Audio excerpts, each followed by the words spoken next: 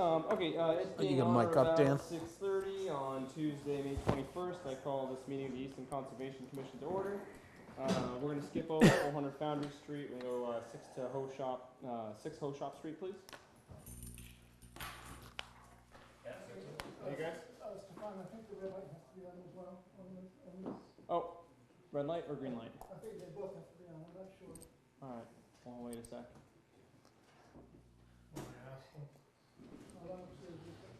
All right. Okay. Oh, same office, yeah. I don't remember. Not our usual room. Well, I guess I'll wait till the actual recording. They put us in the broom closet usually. Do you have butter notifications? I'm sorry?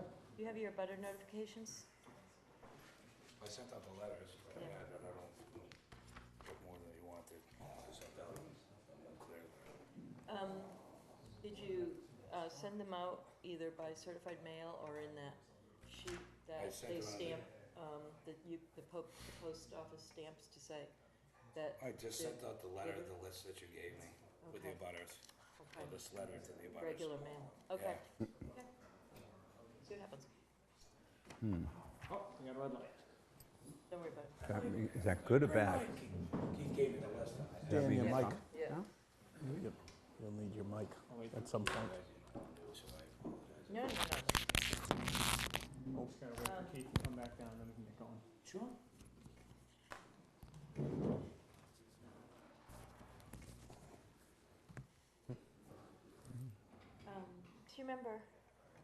Do you remember this property at 6 Ho Shop? Before, in addition to the addition, this is not online, this is just background. In addition to the addition that Ms. Bump put on her property, there was the paving of the cemetery. Right. That came right up to her driveway? Yep. Okay, those are, All right, I guess I'll just repeat myself. It being on or about 6:30 on Tuesday, May 21st, I'm calling this meeting of the Easton Conservation Commission to order. Please remember being audio and video recorded, so act accordingly. First up, we have 6 Ho Shop Street, and stop me if you guys want to elaborate more, but I've reviewed it myself. I don't know how much you guys have. I've been out there Relatively twice. straightforward, the staff report, and we have a long docket, so if there's anything else you want to add, let me know. I don't have any additional questions. I think Andrea did a good review of it, and you guys saw her commentary. Any responses to that? So I'm the owner, Suzanne Bump. I've engaged Jay Messler from Modern Landscape to deal with the aesthetics of the property, as well as to try to deal with some of the water flow issues. And that is the plan before you. Great. Dan, did you take a look at this at all? Anything on it? Michael, anything on this one? No, I went out twice. I don't have any issues on it. No, it's like you said, everything's laid No, out it's- straightforward, The great only- contractor. The only thing is they got the silt fence. Are we better off with the silt fence, I guess, would delineate better than the wattle, right? Right, yeah, well, the silt, the wattle is, probably in this case, the wattle might be better because there's no loose soil to Right. anchor so the do silt you want to fence. talk Okay. about that? You guys And, open to a wall instead of the silt fence? you know, with the, Because it's gonna be, it's I sitting think in the I'm lawn. 9 How inch. much- how much 9 room inch. behind the shed do 9 you inch. need to work? I mean, yeah, I could keep it within 4 and they feet. got to stake it every Honestly. 4 to 5 feet. Because that's all handwork. 2 foot stake. down there. That's what I So, thought. you know, I'm not planning on. 4 to 5 feet, yep. Great. I don't want to have a machine down there, so. Okay, so he's saying 4 or 5 feet off the shed is all he needs for work area? It'd be probably better with the wattle then. It's so easy, it's Yep. very easier. Yeah. And less disturbance too. We're not going to be digging trenches right in there. Great. No. All right, I'm Sounds good. Okay. any public comment on 6 Ho Shop Street? Use a silt fence, use a straw wattle. Seeing none, would you guys like to close? Yeah. Yes. Great. All right, motion to issue a permit to work in order of conditions with the conditions noted on the staff report for the project, with the exception that we are requesting they use a 9-inch straw wattle staked every 4 to 5 feet in place of the silt fence. Second. All those in favor? Aye. Thank you, guys. Thank you. Thank you. Jay, you know where to get that stuff. It's the same difference, just Jay, you know where to get the wattles, right? Easton Wind. Easton Wind Line? Yeah, they carry it. All right, that's good. 42 Western Ave. Thank you. Thanks, guys. Have a good night. Thank you. Thank you.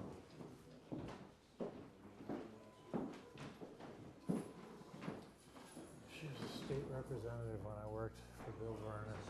As a summer intern. She seemed a lot taller back then. All right, if you wouldn't mind just stating your name for the record, please. Dave Clinner from Collins Civil Engineering Group. Thank you, sir. Have you had a chance to look at the staff report from Andrea? Yes, I have. Any comments or anything you want to add to it? Just the abutters and the advertisement. Great. I'll start on this end. Rory, did you have anything you want to add? No, this was Bill? straightforward. Straightforward, I agree. Michael? Dan? All set, been out there? Yep. Great. Any public comment on 42 Western Avenue? Easy one. Seeing none?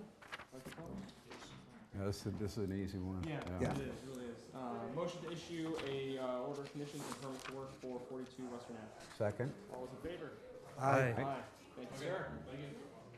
Just want to thank you for putting all the information on the plan, makes my job a whole lot easier. Yeah, nice job, Dave. Yeah. Dave, that's a Thanks, nice, Dave. Have it a is, good that's nice, thank Andrew, do we know if our consultant is in Not for here. Maplewood? I do not. I didn't see the doctor yet. But Conoco is here. Yeah, do you see Matt, do you see Dr. Mitchell? No? Okay, So we so maybe pushing, Conoco? Yeah. Which, what's the address on that one? or two, The Long Foundry. Right. huh? Oh, yeah. 468 through 584 Foundry Street. We're just gonna skip, we gotta skip around a little bit tonight, guys. Okay, so we did Western, we did Ho. Okay, so. Furnace, okay, RDA. You guys want any hard copies? Yeah, huh, yeah, that'd be good, please.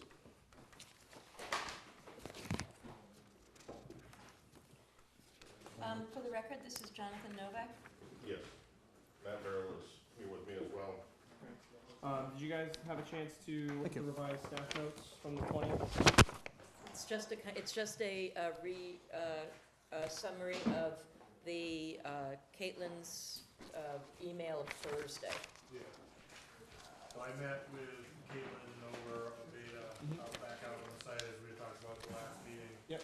And we reviewed the annual high water areas of the potential vernal pools, and that would be Wetland A. We looked at Wetland F, which we had felt didn't hold the requisite, Michael, what's the date on that one? to be a vernal pool. 4:30? 516 is the most recent. Yeah, revised, Actually, yeah. you guys would like to 16 go May. here, 'cause we have the mic Yep. over there. And if you could just introduce yourselves for the recording, please. Okay, so we were just talking about, Yeah, it's a problem. Thanks so much. Sure, please, if you, I don't have mine. You guys have it? thank you. Actually, the front row is for me. Okay, here you go. Is that because of the building? I think you gave me a No, diff, actually. think, You don't know how Give to me a use the different one here. computer? I'm not on the Wi-Fi. That'll do it usually, right? Then we'll use the- excuse me, if you want that one. If It's not us. Oh, no, that is you, but that's the wrong. How many bars you Yeah. got on your phone? Are you trying to get off your own? That's fine. Well, it's not for That's if you the, guys, that's if you want Oh. to talk about that. Okay. I understand. All right. If you wouldn't mind just backing up a minute Sure. there, I guess. Yep. Start from scratch here again. alrighty, so we were talking about F. This is, if you could introduce yourself for the Yep. record. So I'm Matt Varro from Lucas Environmental, and this is John Novak from Conoco. And we're here to talk about the Foundry Street NRAD. And so at the last meeting, sort of where we had left off, was the commission had asked that I go back out and meet with the peer reviewer just to kind of close out a couple of items that were still outstanding. One being the limits, sort of agreement on the limits of the mean annual high water in a couple of potential vernal pool areas. Those areas were two distinct areas within Wetland E, one area within Wetland A, and then we were going to look at Wetland F, just to come on agreement. I had felt that it didn't really hold, that it didn't provide vernal pool habitat, and we were going to look at that just to make sure we were on the same page. And then we were also re-looking at the southern portion of Wetland D, where Beta and I had added a flag originally, but we were kind of gonna go back and look at that because the conditions were a little sketchy the first time we looked at it. So, so we met back on the site. Caitlin Nover from Beta and I walked those areas I just described. We came to agreement on the limits of the mean annual high water, which was what I had originally flagged. In the two distinct areas within Wetland E, the distinct area within Wetland A. We agreed that Wetland F did not provide vernal pool habitat. And we went back and looked at Wetland D and agreed that the 15A flag that we had originally tied really didn't make sense to have there, so we just removed that and left the original delineation as it was done to begin with. And I believe that Ms. Nover sent an email to the Conservation Department sort of outlining those items, and the plan has been updated with the mean annual high water lines all shown. Also adding a note that the bordering land subject to flooding boundary is not part of this approval in the ORAD that hopefully will issue, because that was one thing that had been brought up, and that'll be addressed in the notice of intent process that will be forthcoming at some point. Okay. So the main message is you guys and Beta are in agreement on the plan? Okay. Now, Andrew, you had a note here about additional information identified in the May 16th email included on the revised plan. Do you know if that has been since? Have you posted it? This, the 86, The 516? Yeah. I thought we did, I'll double check. I didn't see it this afternoon. Okay, and then maybe it didn't get up there. So maybe, that means they haven't had a chance to see it before tonight, so Okay. maybe you could point it out on Yeah, so the areas on on the plan. sheet 3, And it's stamped, yeah, so I'll take a hard copy when you. I had a couple extras. Sheet 3. So the mean annual high water inside of Wetland E are these two areas here. Yep. With a 100-foot offset, 200-foot offset as well, shown on there. And then Wetland A is in this location, the 100-foot, 200-foot. Oh, okay, I see that they have the Bottom note right. about the mean annual high water, and Right. then the BLSF being excluded from this Yes, ANRAD. yeah. Okay. And then on sheet 5, the D15A was originally down here.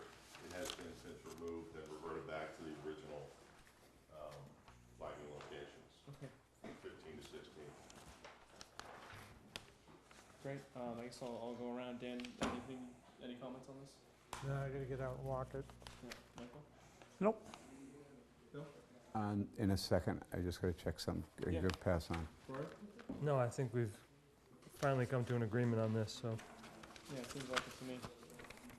How did you describe the do you mind, how did you describe the potential vernal pools? Did you, So the description on the plan is vernal pool mean annual high water line, okay, and then in the 100-foot is vernal pool boundary per Easton bylaw, okay. and then vernal pool buffer zone per Easton bylaw. And that's how you did it for all of them? For all of them, yeah, because again, there's a difference between the DEP versus what you guys have. Sure. So, the two wetland scientists were out there during the best time of the year to be checking out vernal pools. So, I just gotta ask, how potential of a vernal pool do you see these? Are these, They're certifiable. they're certifiable? Yeah. Is it fair? What is it about, what factors did you observe that, if you're not preparing a written field note, if I could identify what factors you saw to make them certifiable in the ANRAD? This is really good information because there's potential and then there's certifiable. And if we already know it's certifiable, then it's going to, starts at a higher review. So do you want to just describe that, or do you want to? Okay. Sure. Unless you don't have to put it in writing if you haven't already. So basically really for all, so in Wetland D, there's two separate areas, so the two lobes of the land are separated by an old cart path that's wetland. In each of those areas, I found egg masses In one of the areas in Wetland D, I found spotted salamander egg masses, I think 2, and then quite a few wood frog egg masses, certainly greater than 5. In the other smaller area within Wetland D, again, found a good number of wood frog egg masses that would be sufficient to certify it. Then over in the Wetland A vernal pool, it was kind of interesting because that's a much larger, deeper area that kind of looks more like your quintessential vernal pool. And I thought I would go in there and there would just be egg masses all over the place and it would be a real quick one. And I was searching and searching and I couldn't find it. Finally I found one wood frog egg mass. And I was like, oh, this is a little surprising. And then sure enough, I got to one sort of the far corner of where I was looking, and apparently all the wood frogs had congregated in this one area, and there must have been hundreds of wood frog egg masses, all in basically Big like gang. a 10 square foot area, just all together. So basically, essentially wood frog egg masses were the main item that were observed out there, with a couple spotted salamander egg masses. As far as invertebrates, didn't find any fairy shrimp or anything in any of the areas, which is another great indicator of vernal pools. Did find some caddisfly larvae within the Wetland A area, which are sort of a facultative indicator. But really, the egg masses, that's what you would use to certify it if they were to be certified. I know this doesn't have anything to do with what they're doing, but maybe when, I know I'm the cart's pulling the horse, where the wetland comes down through, where it's BF 111, BF 1 210, where it comes all the way through that, is that, yeah, sheet 5, I'm sorry, that's what was that, intermittent stream? Do you know on that? Anything that was BF, anything that we flagged the bank was perennial. All right, We didn't okay. flag any, well, the only intermittent stream we flagged was the one way over on the western side of things. But the asphalt walkway or whatever that thing is that goes back there, because it looks like it travels through. It's a culvert, 36-inch steel culvert. Yeah, It's but actually 50, based off of what they measured, was 54 inch. Oh, really? So 54 inch. This It's right huge. here, this. no, I know, but I'm This straight trying to, section? I'm trying to get the, yeah. So what I'm trying to lead to is, I know it's too early now to talk about what we're going to do with that, or what they're going to do with that, but when that area gets all cleaned out, what's going to happen to this area? In other words, when you come in to remove all this, what's going to happen? Well, I think we're gonna have to carefully condition that. The conservation, the planning board asked if the Conservation Commission Yeah, would we're like to gonna do a joint Okay, sidewalk. okay, Yeah. all right. That's my concern is back in there. Yeah, You're offering? I have a couple graphics that of preliminary designs, if you wanna talk about that after, so you Oh. can get a better idea. of I'd what rather it be is. out there with the planning board. Yeah. So, Definitely, yeah, And Jonathan's So- available. yeah, we can. Okay. yeah, definitely. So, Good point, though. No, I don't know, I was out there and I just, Well, especially, we were looking at some other properties. Yeah, that had some yeah, connections to yes, that yeah. property. true, okay. Yeah, no, All right. I hear you. Very good. Any public comments on 468R, 560, 568, 582R, and 584 Foundry Street? Seeing none. Is this close? Very good. So, this is gonna be, we're issuing an ORAD, is that correct, Andrea? Yep. Motion to issue an ORAD for 468R through 584 Foundry Street to ET number 152-1577, Easton number 1532, based on the plans we have in front of us, dated 5/16/2019. Second? All those in favor? Aye. And the type of resource areas are identified in the staff report? Yeah, so the type of resources are, amend that motion as the resource areas are identified in the staff report, and there are some important notes on the areas in the plans themselves. Second. All those in favor? Aye. Aye.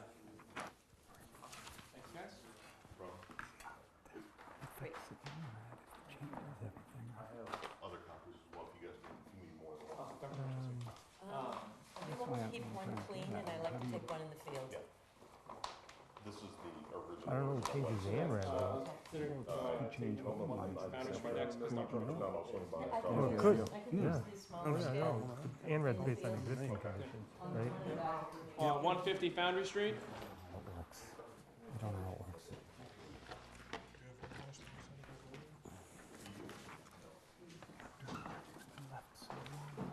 Have any protection.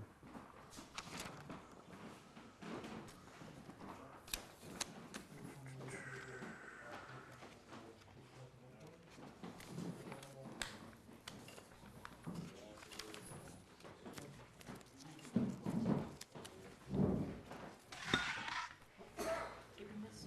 Yeah, that's my piles here. I don't know for.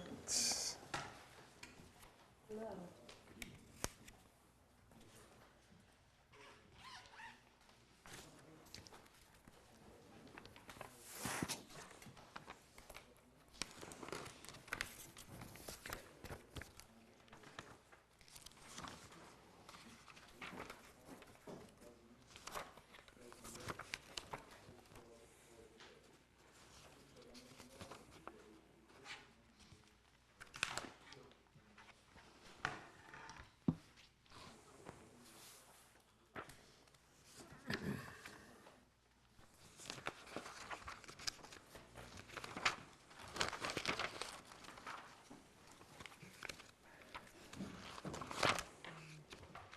Welcome back, everybody.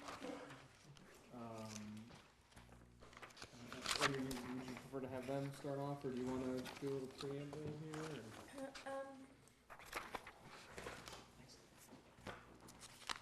No, it's just, I think Matt can probably start off. Alright. We've been having Wanna bring us up to date? responses back and forth. Okay, great. Yeah, Just a so, quick summary. based upon the previous couple meetings with the commission and, the staff reports, Dr. Mitchell's, review of the supplemental information, the notice of intent, there were a couple, threads left hanging that needed to be tied up, and information was provided, addressing kind of the areas of, was not satisfactorily addressed or, from Dr. Mitchell's report. Those areas, specifically were the, specific connections of the weighted hose underneath the flashboards, and we're planning on utilizing quick disconnect air hose, brass quick disconnect air hoses for those parts, and so when the flashboards are installed, we can effectively shut off the outflow. Speaking to that point, which was another Mr. Pinstein of Maplewood effectively closed off the outflow the end of last week, and with a little bit of additional beefing up of the flashboard, also with the addition of a temporary sump pump, the outflow was brought to there was no outflow going down the channel, so we effectively demonstrated that during a treatment we would be able to protect the downstream ACEC and natural heritage habitat for a 3-day duration or longer, as see fit. Don't know if there's any other dosing was provided, based upon Dr. Mitchell's comments, both for the backlog herbicide and felt herbicide. Those are common rates which we utilize on a daily basis throughout the Commonwealth. Any other questions, comments? This needed to be revised. I don't know if you provided a map. On the map you were given online, the compressor is shown on the beach, but verbally, he's confirmed in emails what he said at the last meeting, which is that it'll be located over here at the public, at the shed, snack shack? Yeah. So that the hoses can go through the culvert and out. And again, the compressor it's a 3x3 metal box. I know there was concerns about the foundation for it. There will be no, it comes constructed on a probably 3x3 plastic pad, so it can sit on stable ground. No construction of the pad would be required. That's the same pad they put Generators AC on. generators. No, I mean, No, they're good. It's just like a. No, I know, comes they're from- fiberglass, and yeah, you can put tons of weight on those things. Yeah. Yeah, it's not fiber, They it's a can go polymer. anywhere. Yeah, I think they would do better than concrete, honestly. Because the concrete settles, and these you can shim back up. So is this gonna get revised? I can get a revised map from Vertex if, to wrap it up, yes. And then maybe they can give us their details of what the machine, I mean, Looks the like- picture up top is, the image up top is the compressor. perhaps they had specs on it? Sure, I can find a spec sheet for it.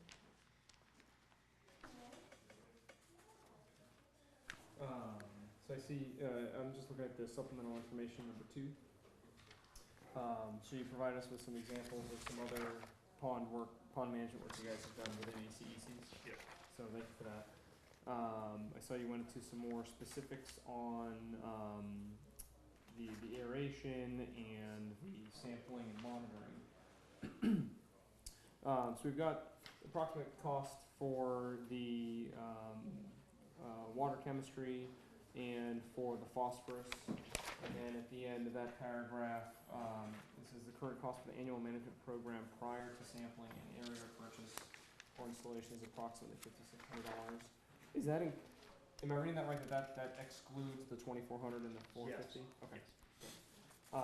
And let's see, I guess Dr. Mitchell, the water chemistry and the phosphorus,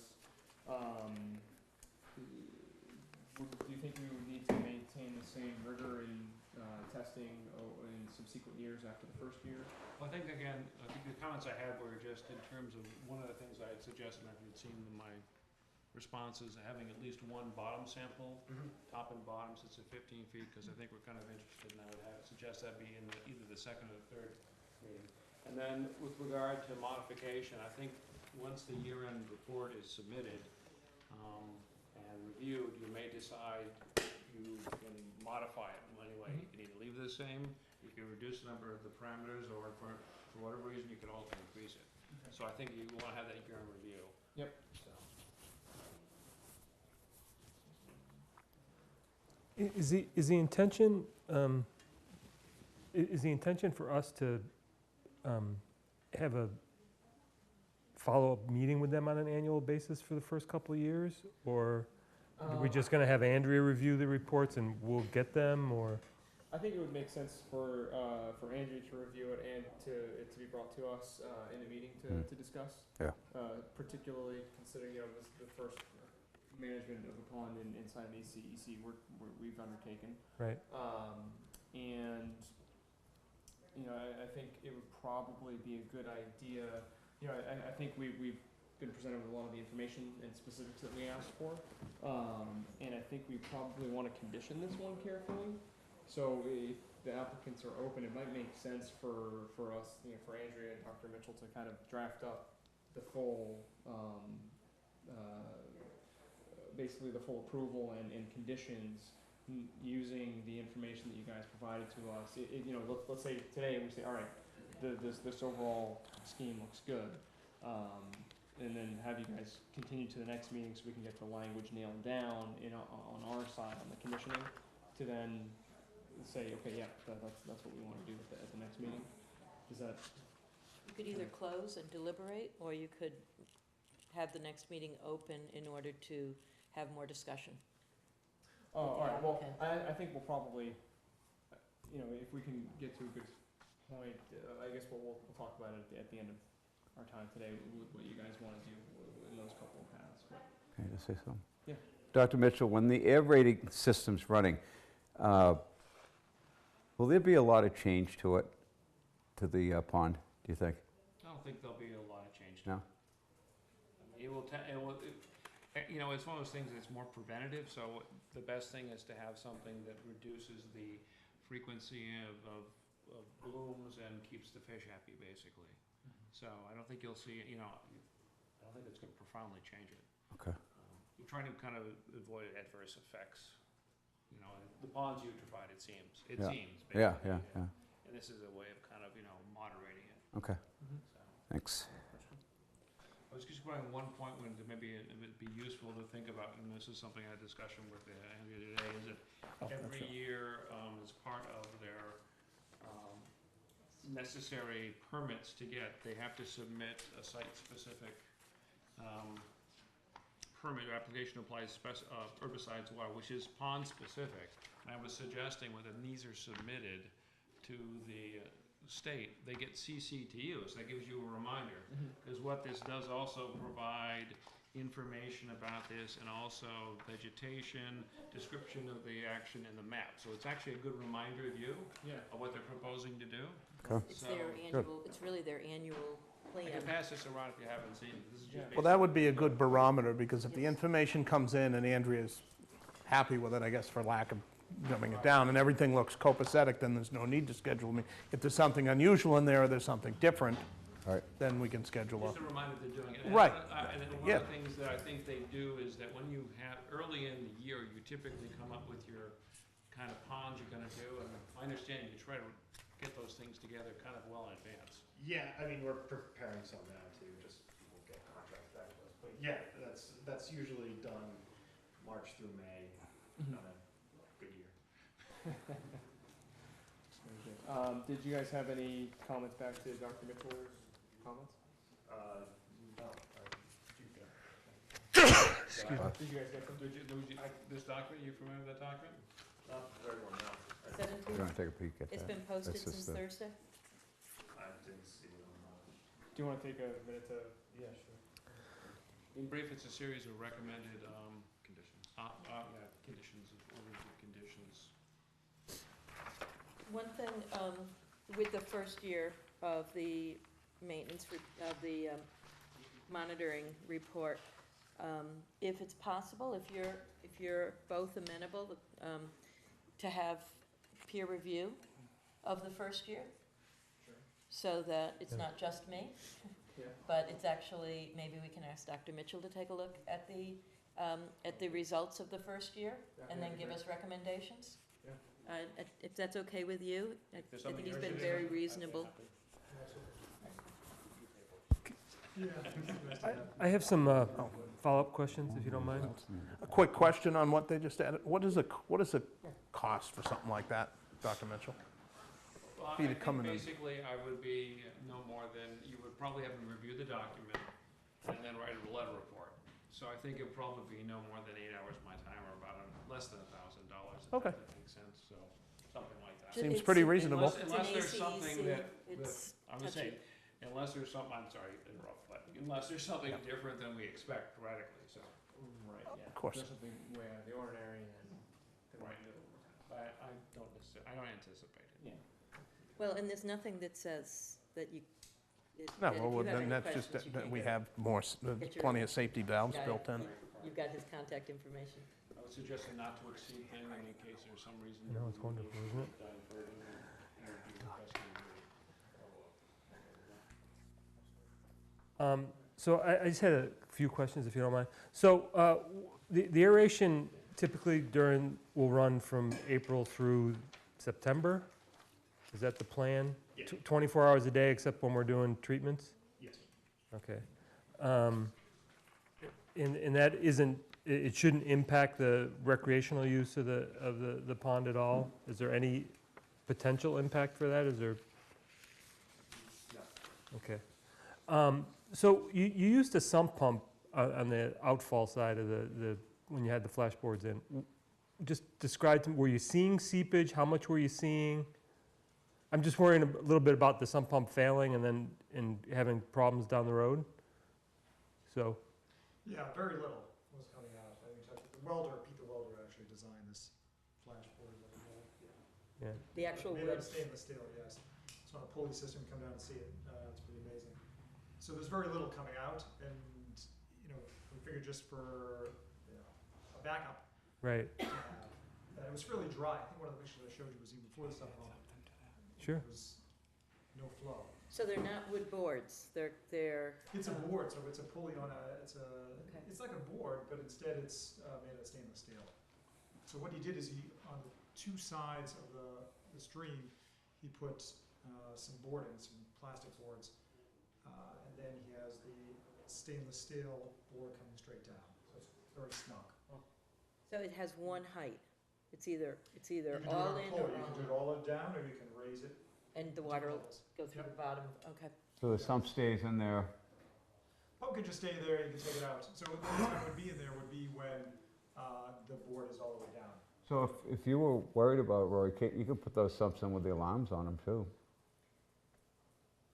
Yeah, I also was suggesting sandbags, and so was Dr. Mitchell. Yeah. It's just a backup Yeah, below prevents the, concerns below the about sump pump. electricity or anything like that. And this is going to be during the time of a 3-day period probably.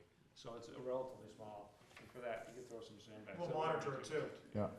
yeah. Also, it's But going to be because it's on-site an personnel. ACC, it will give, I think it's a secondary level of protection. Yeah, Some pump's a good idea, actually. It was brilliant. Yeah, that's what I did. No, but no, I was just, with even, they have the sump pumps that are out now, I'm sure you guys have seen it, with the backup battery, lasts for I don't know how many, it's like a 1-week battery and has the alarm system on, it's like $200. And you put the whole thing in and it just keeps it going if you ever lose power. I know you were concerned about that, I just want to throwing make my sure 2 cents in. if we're getting failure, that it's being protected. That was my Okay. concern. In Dr. Mitchell's notes, under the herbicide treatment, number 19, he speaks about just for the treatment day and 3 days afterwards, there'd be no recreational usage of the pond. Okay, so is that None of the, I would actually, that would be typically on the day of treatment, and especially with a place that's uses the pond for recreation, we would try and schedule treatment later in the day so that during the day they can, both herbicides and the algicide have no day of use restrictions, so we as a company like to close it on day of treatment as an additional step of precaution. But I think 3 days is excessive for the recreational. My thinking behind that was the retention of the water would be 3 days. And at the same time, if you're keeping the material in there, I would say, again, for 3 days, you could do it on a Friday and you can have the weekend. Or then you can do it on Monday. I mean, I'm just saying that was what seemed to me in terms of being somewhat precautionary. Could we do it on a Friday night and then open it, have it ready for Monday? This is my question Monday morning. That'd be Saturday, Sunday, so 2 days. 2 days, okay. Yeah, I think, cracking eggshells. I would say 2 days would be a minimum. And again, because you just make sure that the forward conditions, either temperature or sunlight or whatever, it may not break down as quite as fast as it might be expected to, so. Maybe when we see the results, we can see, when we get the sampling on that 3rd day, and we've gotten them a few times, then we can modify. If it looks like it's being. I think we're talking about, kids, abundance of caution probably. Well, just to expand on that, we had suggested the herbicide be tested. I think I had, at the day after, immediately after the treatment in the pond, and then 2 days in the pond, and then I think the 3rd day downstream, I forgot exactly how it was. yeah, something like that, yeah. That would be a good proof that it is breaking down. So again, even though his experience suggested that that would be sufficient for 1 day, this would be a good way. And maybe, Demonstration. yeah, 'cause I know you guys go busy all the time. Maybe the first application, we keep it a 3-day. Just out of abundance of caution, and do our sampling, and then that'll inform the future applications. No, absolutely. Dr. Mitchell, actually, I mean, if we do it in the spring, camp starts around June 24th or June 25th. If we get permitted, we certainly have that time before. Right. How many treatments, I mean, I guess that's Matt too, during the summer. I was suggesting that I think that 2 treatments is probably what you should be limited to. Yeah, I don't see us treating more than twice. In my experience, I would envision certainly one. I mean, it's native plant growth, but it'd be hard stretched to see. I mean, I can see instances where a second treatment would be necessary, but I think those years would be the outliers. I think more often than not, one herbicide treatment would be. How much time in between? I mean, one treatment. I mean, in an ideal year, we would treat around now, and if we had to retreat, we'd be retreating the middle of August, early August. All right, so It's 2 to 3 months in between. Yeah, it wouldn't be very consecutive. It wouldn't be Before, typically use the pond a lot before the summer. Okay, well, that gives you a window of opportunity. Yeah, so I just raising that issue out of Dr. Mitchell's recommendations, because I know what the camp's recreational use is heavy during June end of June, right through the end of August, so I know that would be impactful, so I wanted to get that on the table. Our first June meeting is Monday, June 3rd.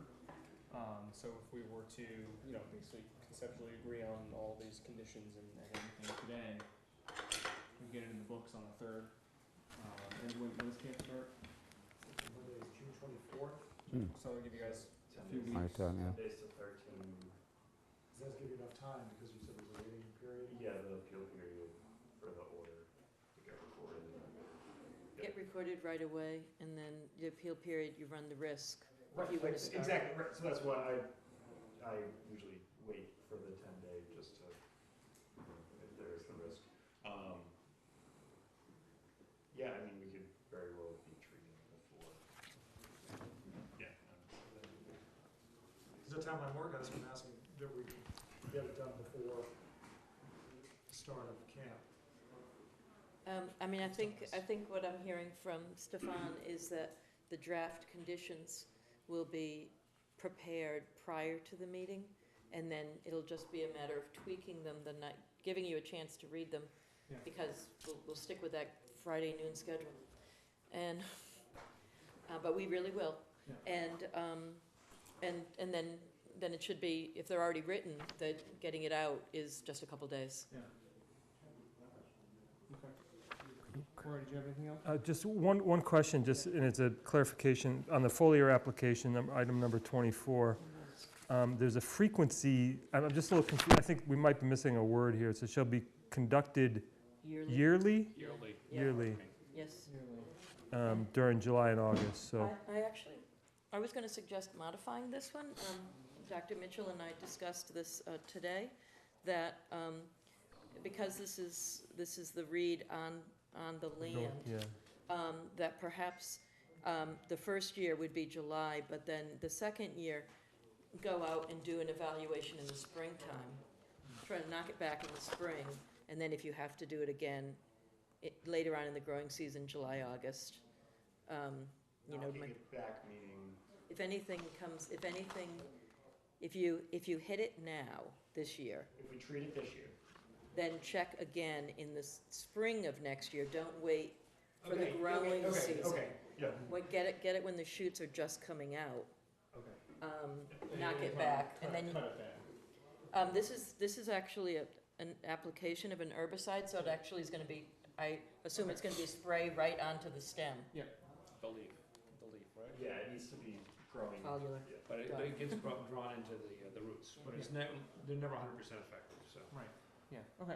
I just wanted to clarify that you were talking about applying the herbicide next. Doing it this year and then next year doing a little bit different schedule. Right. Yeah. Right. Hitting it once now, and then starting earlier the second year.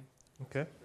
And then if the under number 29, it says, as natural heritage suggests. And so I saw in the ecological restoration order, there's really not standard conditions that I saw for this type of project.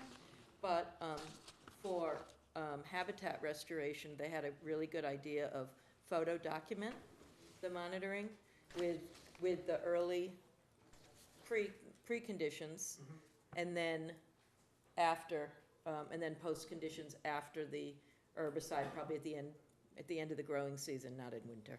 the end of the growing season. Yeah.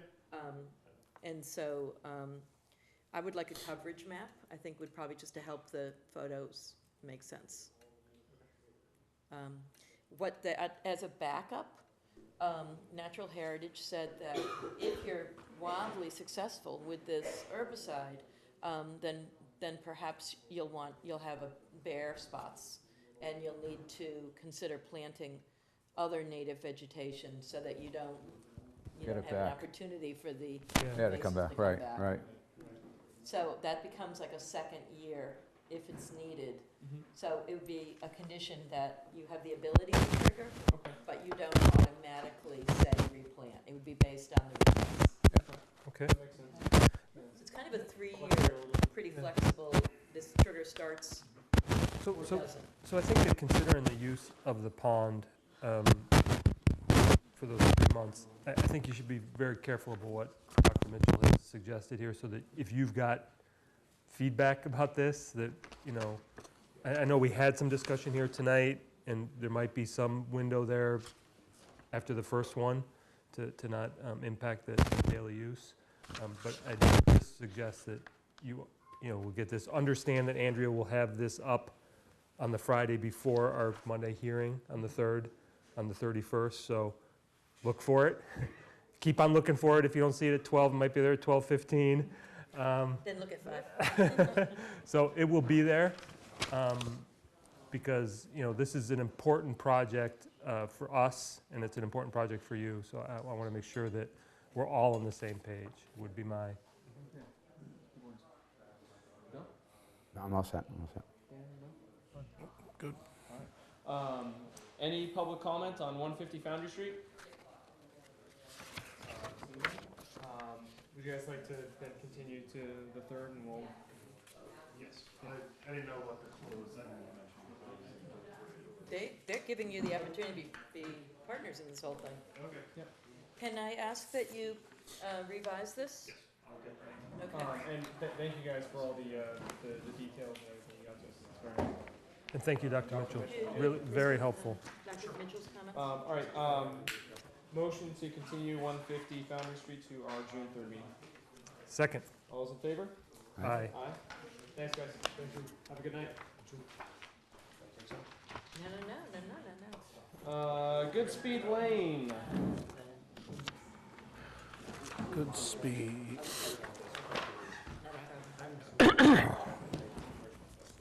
Oh, it is a lane.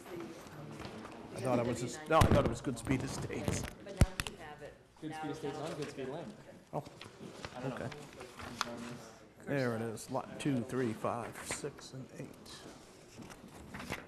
I'd like to have you on board. Where are you, good speed? There we go. Yeah. I think I did too. Oh, excuse me.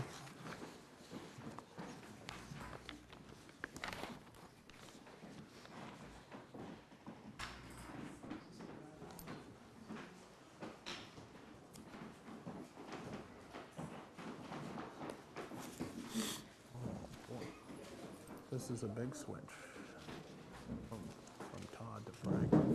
From what? From Pillings to Frank. Yeah.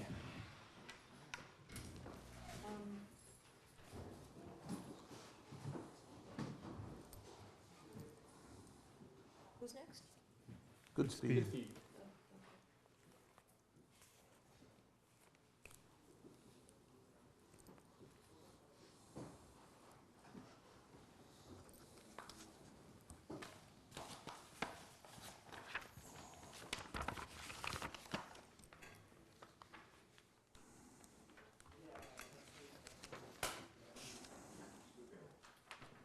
Since I wrote my staff report, we got the recording information for those 2 orders of conditions.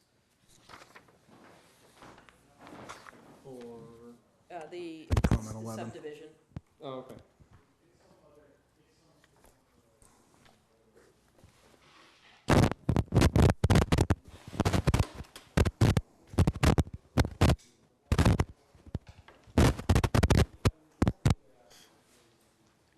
How you doing, Frank? Frank Eisman, Wetland Surveyors. representing the Goodspeed Estates project that is owned by Backcut LLC. Quick question, did you get a chance to review Andrea's staff notes? I did get a chance to, and I do have her mailing. Well, thank you.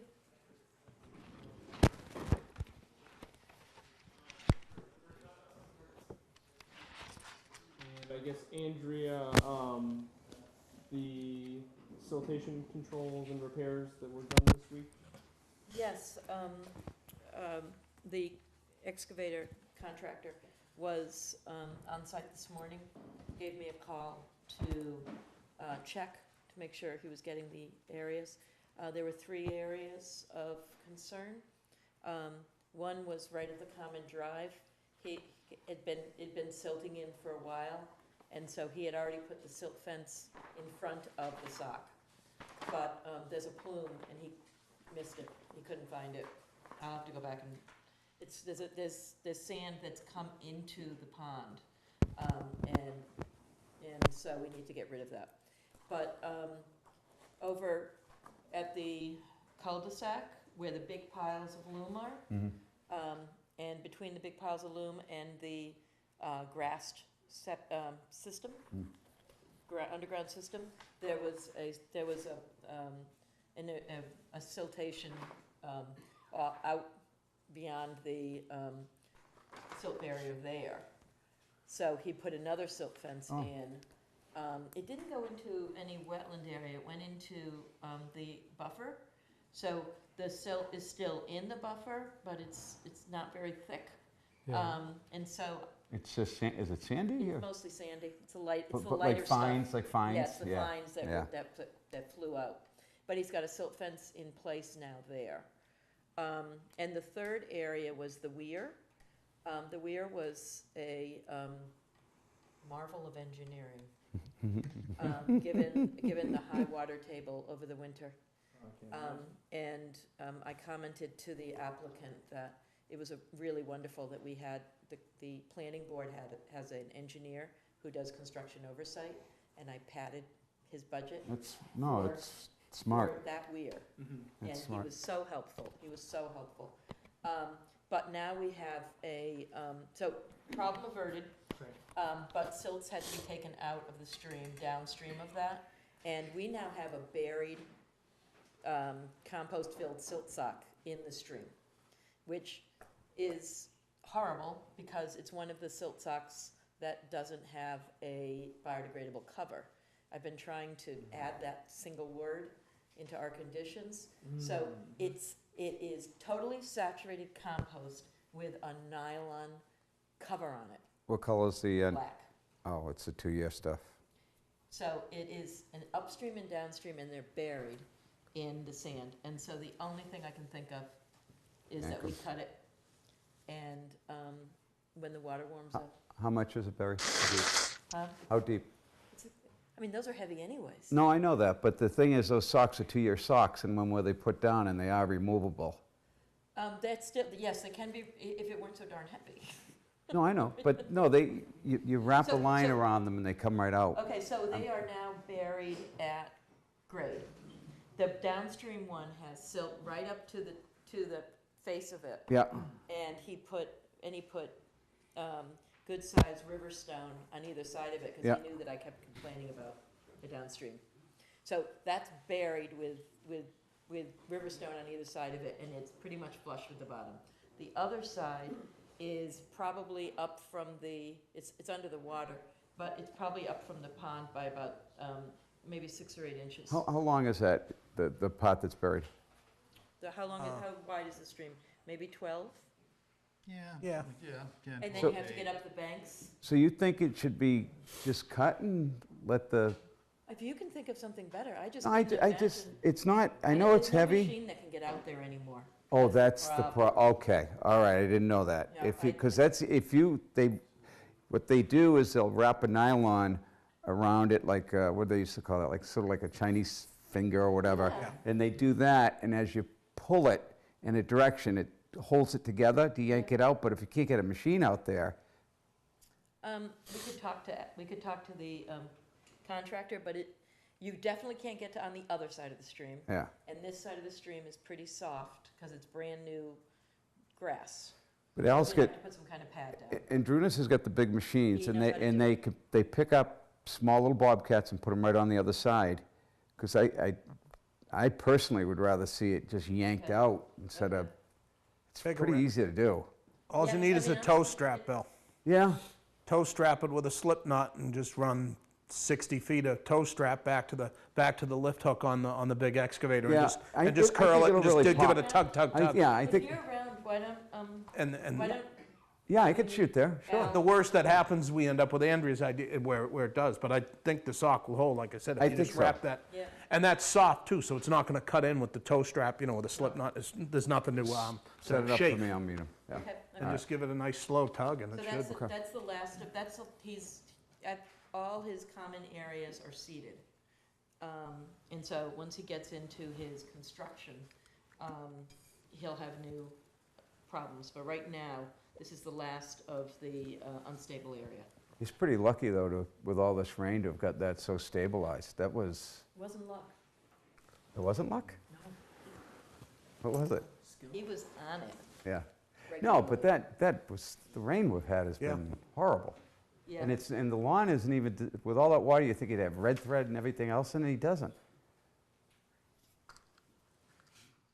It's nice to see that area behind that neighbor there too, controlled, going up Yeah. to those back two lots where there was all that water storage and, that basically mosquito condo that was Yeah, there. yeah. And that's draining. I was shocked when I went up there expecting what we saw, way back when this project started. And All right, well, let's get to the topic at hand. So you guys want to relocate an isolated land subject to flooding. That is, Now, we did an ANRAD for this whole thing. It's always been there. Why do you, what makes this necessary to fill okay, this? first of all, the land that we're talking about is protectable under the town of Easton bylaw. It is designated as an isolated land subject to flooding, which is not protectable under the state wetland regulations, but is protectable under the town bylaw. With the initial design, which I was not a part of, it was determined that it really was insignificant. Apparently with some of the redesigns that they have come along since then, we find that that little pocket is very intrusive right in the backyards, very close to a couple of homes that they would like to construct. It has been determined by the town with the ANRAD that it is isolated land subject to flooding, but not a vegetated wetland. So it serves the flood storage purposes only. Doing the survey out there, checking it out, it's 803 square feet of surface area that was delineated with a calculated storage volume of 400 cubic feet. So it's really a de minimis area. It's very intrusive between the two lots. We would like to relocate it to the back of Lot 5, as you can see there, and to act as a benefit, public benefit to the town, to the public at large. We're proposing to replicate this 803 square feet with 1,600 square feet of bordering vegetated wetland, which will have a flood storage capacity of 1,100 cubic feet. So we're 2.75 times, or almost 3 times, the flood storage capacity, and over twice the surface area. We're taking an area that right now is simply land subject to flooding, and are proposing to vegetate it with wetland species plants. The owner has made arrangements with LEC to supervise the construction of the replication area. So we think it's a real benefit to the town, a boost to the town for this project to move ahead. Obviously, it's in the developer's best interest too, because it takes the isolated land from the back of those two homes and puts it in an area where it would not be quite as intrusive to the development. We have filed a waiver request. I believe we've touched on most of the aspects requested by that, but I think the main purpose, or the main argument for the waiver is the overall benefit to the town that you'll be receiving by the additional flood storage, almost 3 times flood storage, and the gain of 1,600 square feet of water and vegetated wetland.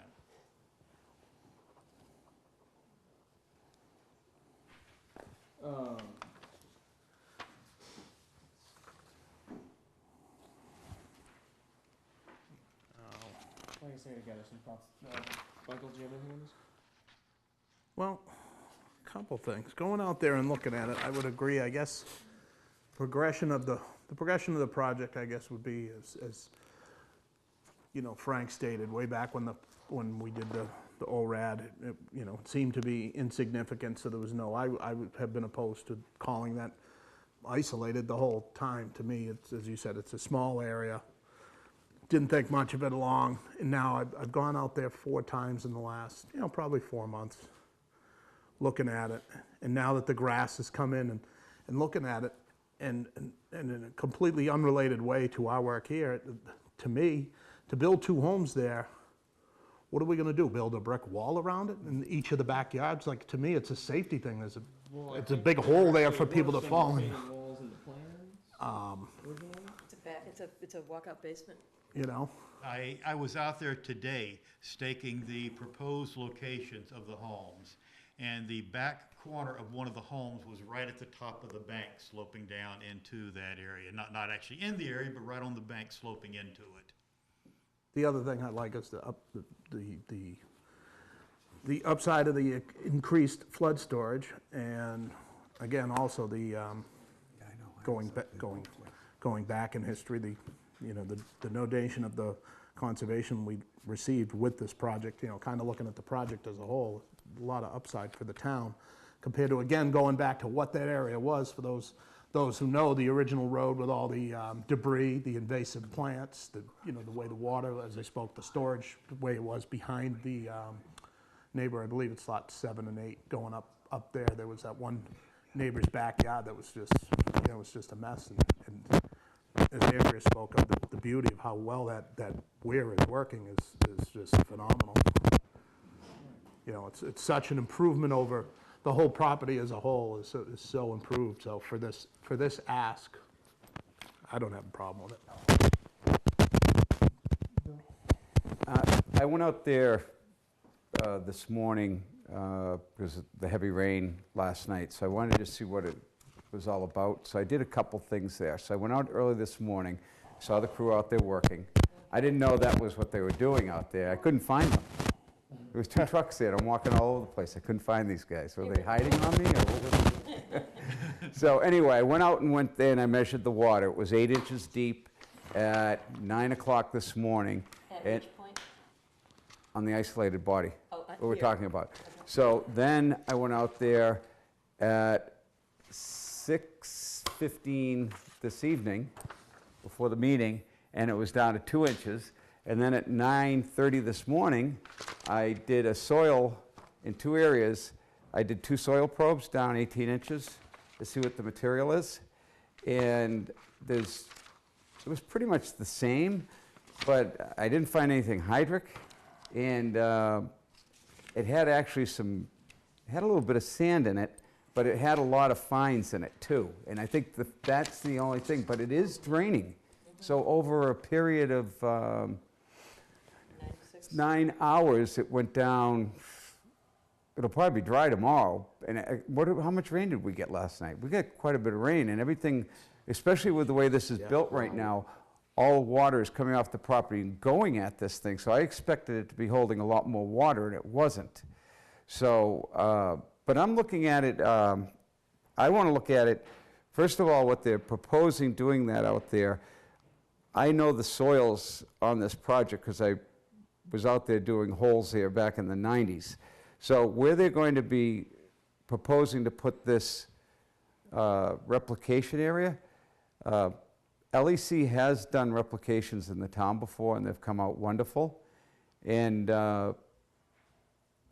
Amy Ball was the master of this years ago when she worked for LEC. So Amy was great.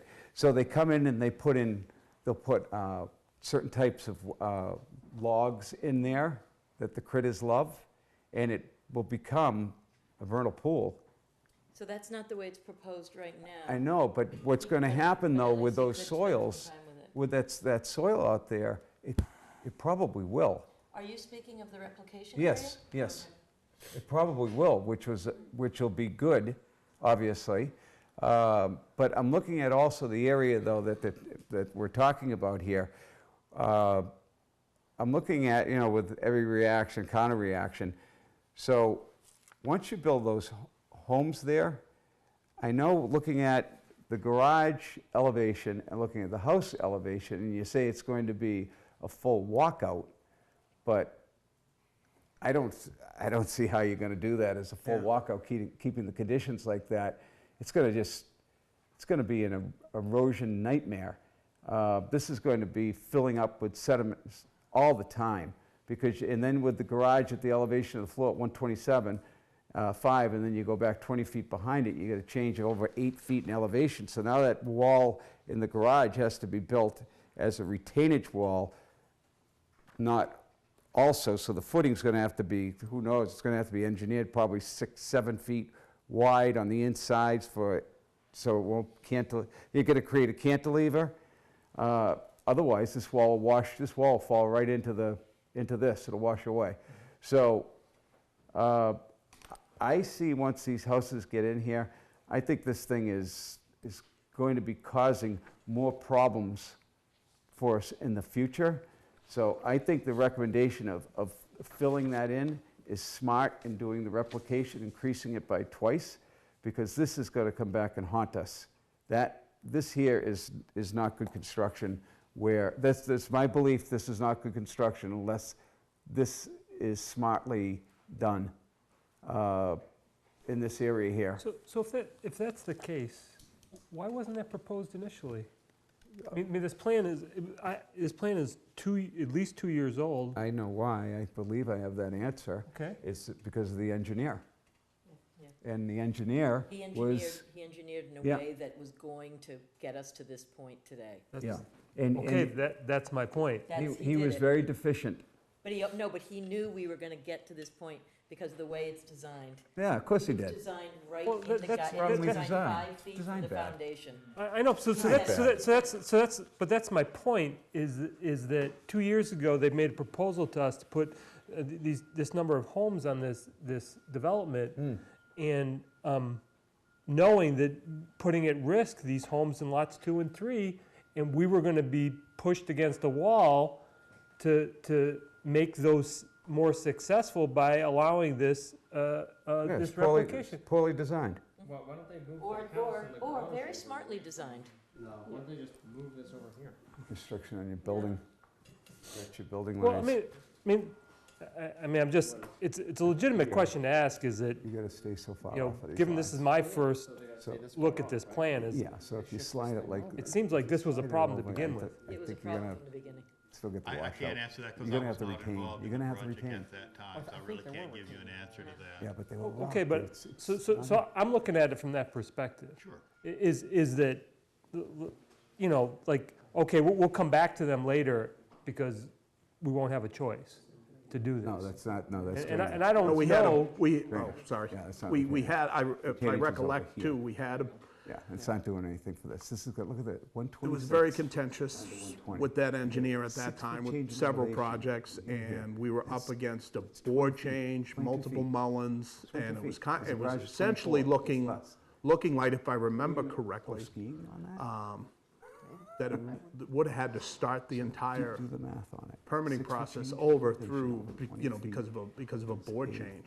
Just basically 3 to 1. If I remember right, Oh, so Stefan. it was closed, I right? was gonna say, remember, do you Yeah, recollect it that got as well? closed just Remember before- Just before. there was- before I Just started. before, there was, Yeah. before Bill and Rory got on, there was gonna be a board change, and council, we were up against it because we had already mullened, and there was Well, stuff. I just had my second son at that time, so I missed several meetings. I couldn't Right. vote on this. And one, so- right, so I think that was kinda what it was, and I said, as I said, I all along was opposed to calling this an ISO, because I don't think it is, that's just my opinion. But But- the good news was the ANRAD was already issued in July 15, So it had already been called and isolated, so you never had to put yourself out there. No, it was just, already decided. in looking at it, you know, that was just my opinion. So here's my biggest concern about it, and it has to do with the abutters. Because this land is, this is obviously functioning as a drainage area, and their lands are sloping towards that area. And so my question is if we move the flood storage area, how is that going to impact these abutters and their property? Right, and I can't imagine it's not going to, especially when you have rain events like we did last night, where you're gonna get a heck of a lot of sheet flow. Has there been any mitigation discussed on in relocating that and improving drainage along kind of that whole corridor? Can I comment on that? Sure. The way it is right now is creating more sheet flow, and by filling it and changing that elevation and making the wall, the back berm, all the same elevation, is you're going to slow down the water. You're not going to expedite it. That's going to slow it down. But into Right now, once you build these houses, this is going to flood that and go hit it's going to sheet this way. But if you make this all the same continuous, what's going to happen is, if you grade it right, is the water will go over an area of over 150 feet instead of being in an area that's a little, so everything's going like this, and it's going to go. So do we have actual, engineering that shows us that? Not just our assumption of this? It's really easy to provide. Yeah, And really easy, yeah. This is not a situation that most professionals find themselves in, but this is a good case for them to make the argument that you can overcome the presumption of significance. And if they did the engineering to show that there's a way to hold what drainage is there now and where they can put the drainage so that it's not in somebody else's backyard, your logic is telling you it should be doable. Yeah. Yeah. Bill's contracting experience is saying it's probably doable. They just got to write it up. Yeah, That's do it the just right my way. Engineering. Fix the problem. It's a They problem got, right now. but this is overcome the presumption. You That you can do this. Really. You take this arrangement right here, mirror it over the center line right there. Mhm. You can fit it over here. You have less problem with. You're not going to change it. But You're there's not going to change there's it because you're getting, remember where you have right now, you get those drainage basins Well, right, underneath but the ground, and we're talking they're going to about a waiver fail. request. They've got to look at alternatives. Their alternative is they change their design. And I haven't heard any discussion about a change in design. Well, aren't they saying this is what they want to do? Oh, I see what you're saying. Yeah. Yeah. No, I look at it right now. I walk out there today, I look at it, and it's just, I'm shaking my head. I'm like, Okay, why is this designed that's my point like though, that? Bill. Why is it designed like that? You want to know why? They wanted to be here today. They Well, wanted to whatever. be here today to come in and say, we need to move that isolated land subject to flooding. That's my opinion. And I wasn't even involved in it, but Yeah. I'm telling you, I'm looking at it today. Anyone would say that was designed on purpose for us to have to move that wetland. It's not a wetland, it's a isolated body subject to flooding. So, right now, it's an isolated body subject to flooding. It's not a wetland. And I went. It's wetland. It's a wetland resource area, of course. Right. But it's really, if you look at the soils and all that, the only reason it's doing it right now is because you're flooding it and you got all fines in there.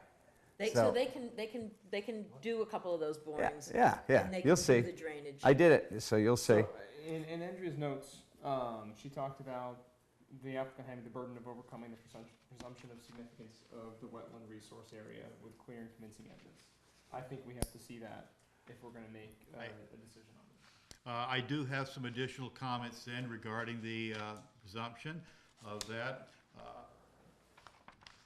First of all, under the bylaw, Are these your comments? Are these from a wetland scientist? these were prepared by the owner, Michael Shaughnessy. Mr. O'Shaughnessy, the lawyer? He is an attorney, yes. Is he a wetland scientist? He is not with us this evening. Is he a wetland scientist? He is not a wetland scientist. Is he an engineer? He is not. I believe that it would be appropriate for me to read his comments into the file, though. These were just handed to me this evening, in fact. Presumption A, isolated land subject to flooding is an isolated, this is quoting straight out of your bylaw, is an isolated depression or a closed basin that serves as a ponding area for surface water runoff or high groundwater that has risen above the ground surface. Such areas are likely to be locally significant to flood control and storm damage prevention. The rebuttal to that is the isolated land subject to flooding does not provide locally significant flood control. It is a low point in the property at the time of the ANRAD filing. The ILSF only provides 400 cubic feet of flood storage, which is not significant volume. It was a depression in the ground. Not significant volume according to a definition or just according to opinion? I think 400 cubic feet is an insignificant flood storage by opinion. It was a depression in the ground that the Commission's consultant believed should be delineated as an ILSF and was not originally designated by Backcut's consultant at the time the ANRAD plan was filed. However, at that time, Backcut did not challenge this assertion as no work was proposed in this area. This goes to some of Rory's comments. However, a significant redesign of the project resulted in work being undertaken in this area. This area was graded in accordance with the approved plans. Backcut is now seeking to fill this area to blend it with the surrounding grading. The second, B, isolated land subject to flooding provides a temporary storage where runoff and high groundwater pond and slowly evaporate or percolate into the substrate. Filling causes lateral displacement of the ponded water onto contiguous properties, which may result in damage to said properties. And the rebuttal is the volume of water that may be stored in this area is de minimis, less than 400 cubic feet. Again, opinion. Any stormwater that entered into this area that may shed off would flow into the nearby isolated wetland. No homes will be impacted as the closest home is 230 plus or minus feet away from the ILSF. Groundwater would not be impacted as it would still rise and fall through the soils. The third point, C. Where isolated land subject to flooding is underlain by pervious material, it is likely to be significant to public or private water supply and to groundwater supply. In such a situation, isolated land subject to flooding provides a point of exchange between ground and surface waters. And the rebuttal is there is no public or private water supply in this area. D, where isolated land subject to flooding is underlain by pervious material covered by a mat of organic peat and muck, it is also likely to be significant to the prevention of pollution. Contaminants introduced into the soil, such as septic system discharges and road salts, find easy access into the groundwater and neighboring wells. Where these conditions occur and a mat of organic peat or muck covers the substrate of the isolated land subject to flooding, said mat serves to detain and remove contaminants which might otherwise enter the groundwater and neighboring wells. My comment on before I read his response is there really is no peat or organic matter covering the area. But Mr. Shaughnessy stated the roadway is designed so that any stormwater is sent into the stormwater management system and is not directed into this area. As such, the ILSF does not provide any significant pollution prevention. E, isolated land subject to flooding provides important breeding habitat for amphibians and some rare plants. The size of the ILSF, less than 400 cubic feet, does not provide any important habitat or rare plants. I can't really speak to the habitat myself, but I would say that the plants is certainly correct because this commission did not determine that it was a vegetated wetland. It was simply land subject to flooding. And I do Is that have a copy we can keep? this is my only copy right now, but I will let you have it. But I'm sure that I can get another copy if need be. Great. Is comment All 7? right. I mean, I think honestly, the first few points of that memo reinstated the importance of having these isolated lands subject to flooding to me. While I respect his efforts, I think we need to see an opinion from a wetland scientist to provide better evidence that it's not significant. And I'd really like to have some evidence that the abutters are not going to be impacted by this, and we must be able to engineer that. If we can't, then I don't know why. We've seen too many situations where the developments have had, significant impacts downstream, and I think we'd like to try to avoid that.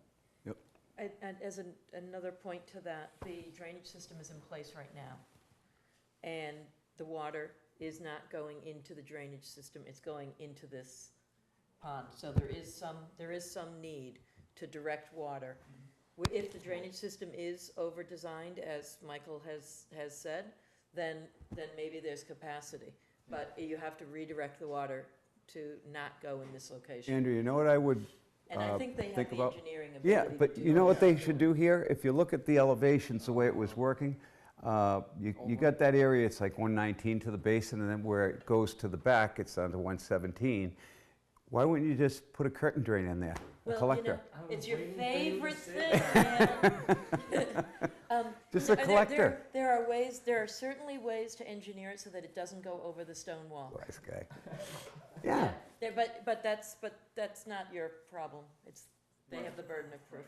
Yeah. Yeah, But I that think would secure water from going at the neighbor. Right. You'd collect it, you'd put it where it's supposed to be going, Yeah. not on the neighbor, in the wetland. And I guess I'd just like to say, this is the second project in a row that a member of the Conservation Commission is related to, that we have had to kind of give a rule or slap on the hand for not being properly prepared. And members of the Conservation Commission should know how to be prepared for these kinds of requests.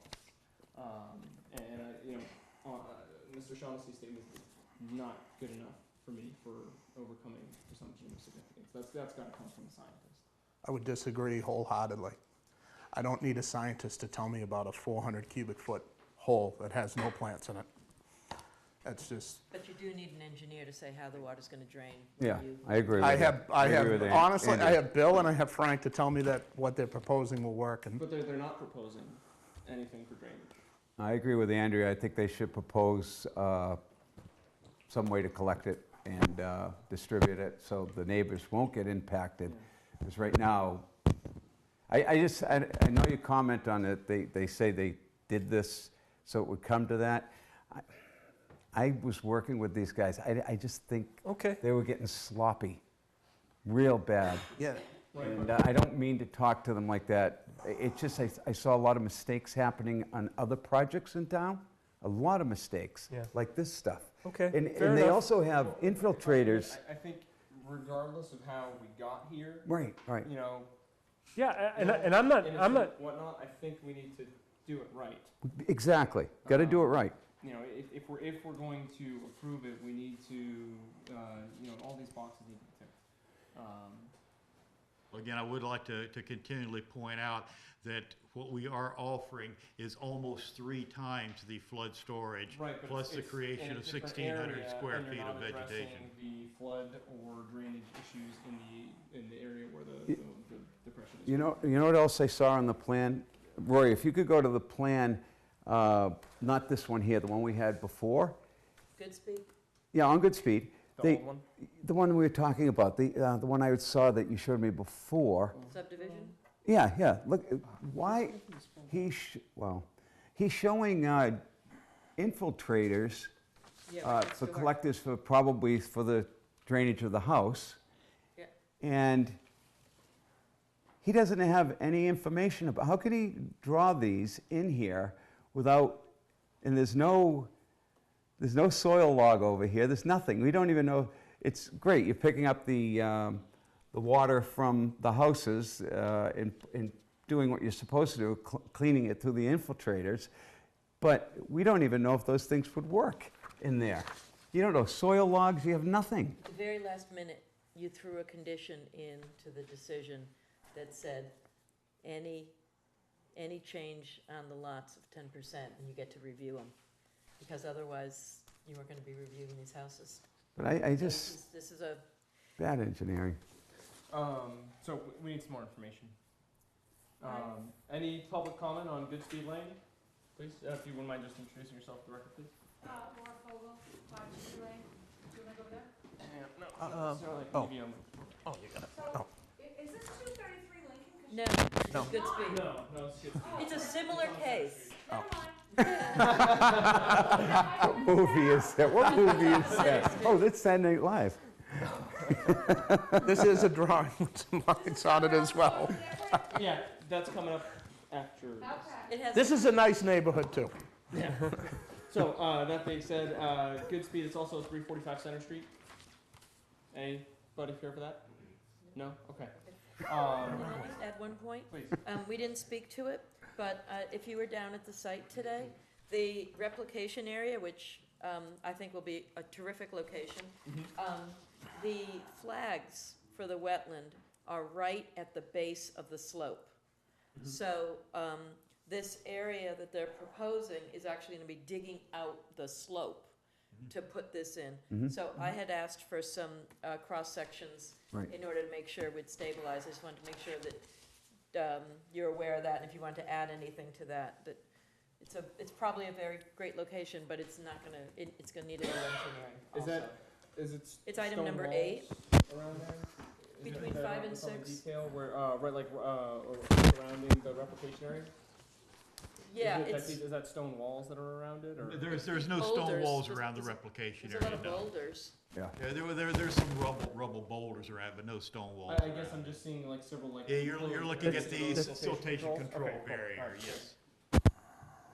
This site here, the owner of this originally, his name was Ed Jones, and farmer, and he was trying back in the, it was in the 40s or 50s. If you go out there, you'll see how he tried to dewater all this. You see this all over Easton. And you see all these trenches that he dug.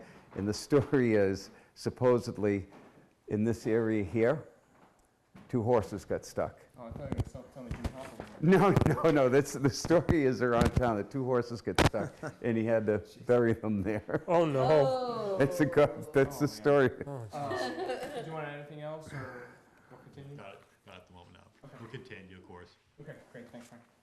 Motion to continue 8, 12, 20, and 24 Goodspeed Lane. Second. All those in favor? Aye. Aye. Do you think you'll be ready for the next meeting?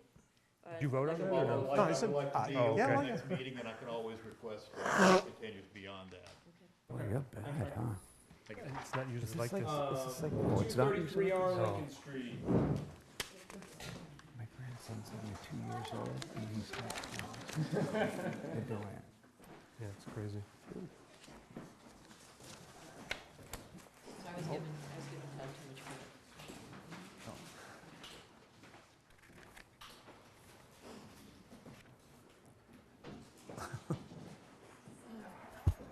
Frank's good. I only saw him on the hinge. Yeah, that's what, He is not back. uh-oh, where'd they disappear?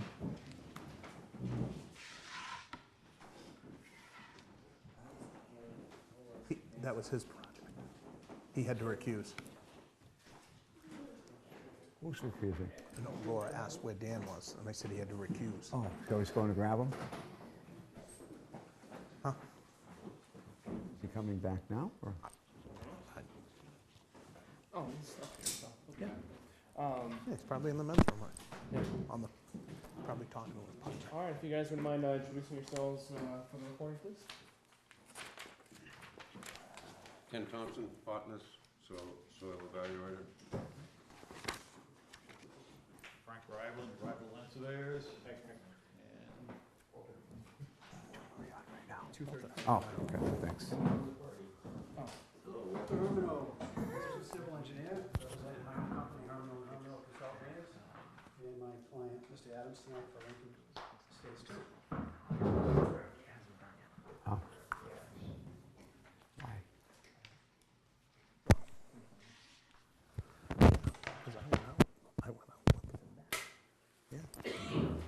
So I guess before we get started, quick question. Last time we got together, we had talked about doing that culvert fix, the one that was installed several feet higher than it should have been. Has that been fixed yet? That has not been done. We've had a very wet winter and spring. There is still some flow going through the ditch. This is certainly not the appropriate time of year to be doing that work.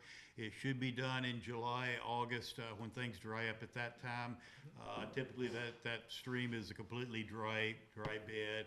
The work can be done without causing siltation downstream from it. Okay, great. And I think we talked about not really considering further work until that was completed, because that was supposed to be done, I believe, in years past also. So just getting that back out on the table, because that was kind of how we finished off previously. It was actually a condition in our extension. It is a condition, there's several conditions that must be satisfied. That is one of them, lowering the culvert. The other is removing the berm that is behind some of the abutting properties.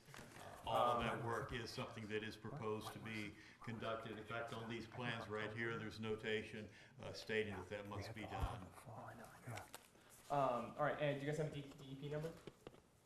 We do not have a DEP number. All right, why don't you bring this up today? We have submitted the plans to the Planning and Zoning Board. We have recently obtained approval for a definitive subdivision. At the time that we were going through the Planning Board approval process, it was requested that we meet stormwater management standards. Although a two-lot subdivision is not required to meet stormwater management under the guidelines, in a spirit of cooperation, we did, and at a great deal of work and expense to Mr. Adams, Walter Hermano did the stormwater management study. He can certainly speak to that. It was reviewed by Beta Consultants, who I believe does much of the review work for this commission.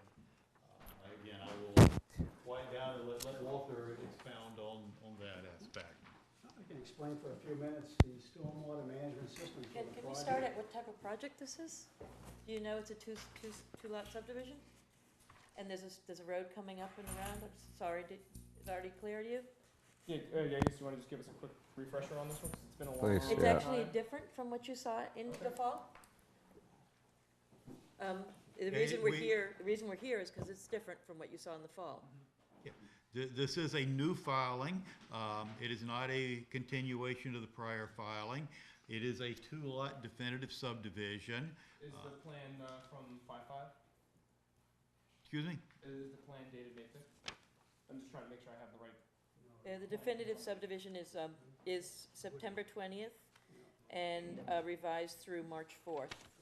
March 4th of this year Yeah. is the last revision date of this plan. It's a six lot, Oh, here we go. 6-page. Got it. Okay.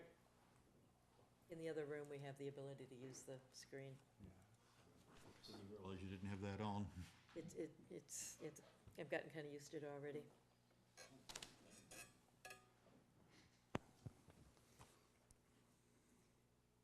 This is quite different from what we looked at. So yeah, if we want to flip the page off the cover, there's Before, what you were looking at was strictly the lot on the right-hand side.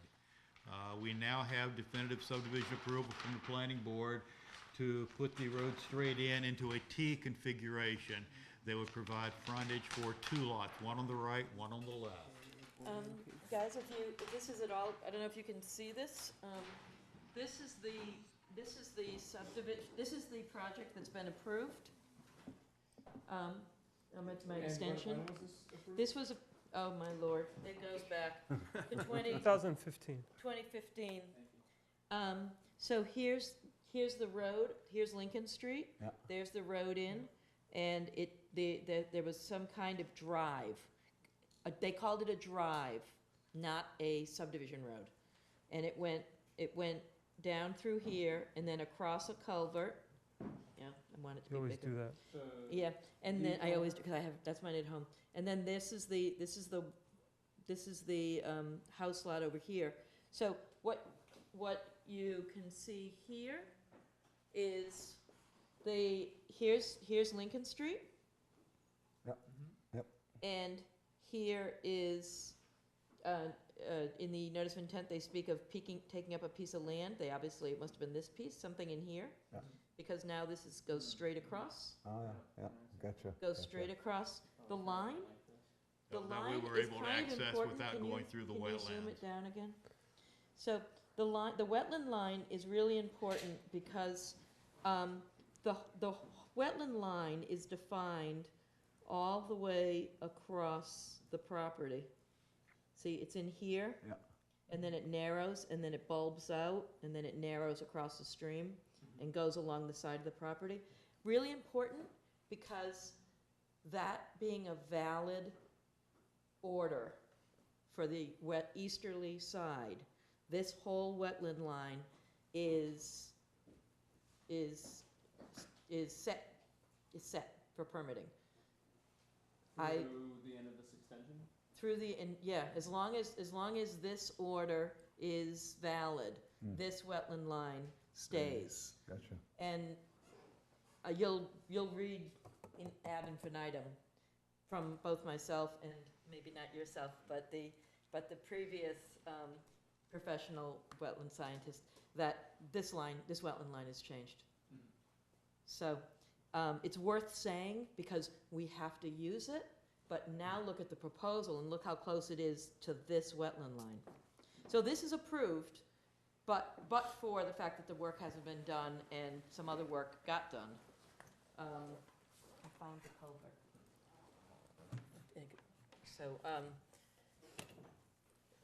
So that's the difference, is that now we're looking to the west of the property.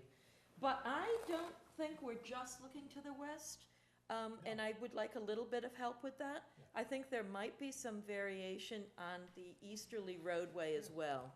Yes, it is a definitive subdivision, as she's saying, there's work on both the left and right. That is, before we were, previously, before this commission, we were talking about a gravel drive. They would service the home on the right-hand side.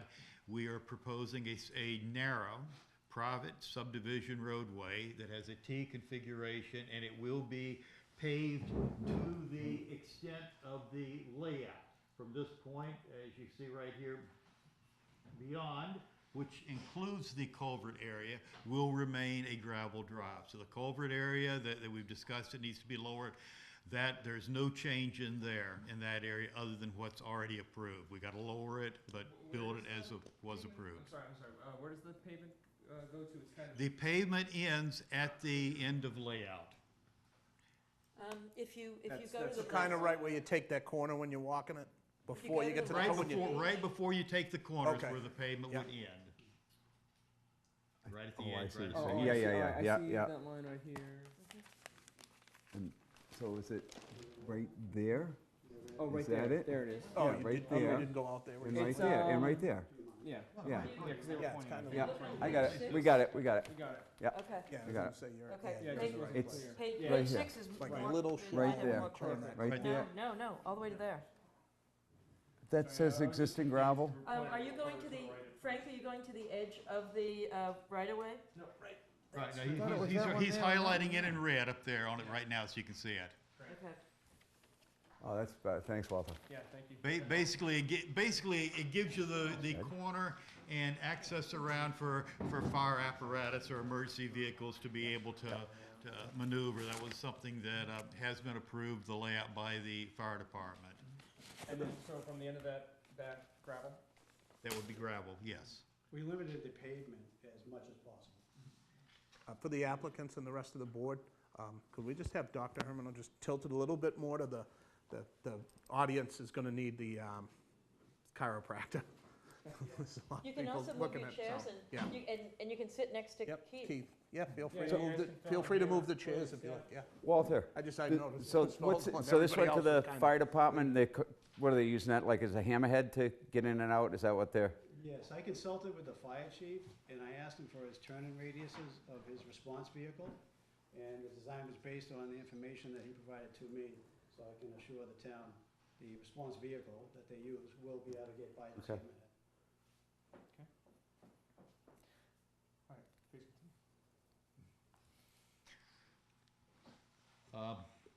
I believe Mr. Hermos starting to expound a little bit on the drainage system and how we have handled that. I can continue. The stormwater management that we've offered and had approved through planning board, the water sheds off of the roadway, and we've collected as much of it as possible with a culvert. We have a grass swale along this side, and we have a wet basin with a forebay before it on the other side of the pavement. We also provide and ensure flow of any stormwater that may come from Lincoln Street in areas this side of the proposed drive by a series of double piping, and there's 3 sets of pipes. The stormwater management was configured to not have any increase of flooding, flow off of the project after development. So we matched the pre-existing conditions. What if we want to improve the pre-existing conditions? Because I think we're with this particular property, whereas it's surrounded, we're also getting to a point of cumulative effects. Do you think you guys could do anything to improve the current conditions? It's pretty wet. To improve the current conditions, currently we have an abutter that's discharging water onto my client's property. So we're going to improve that and ensure that it gets treated through this system.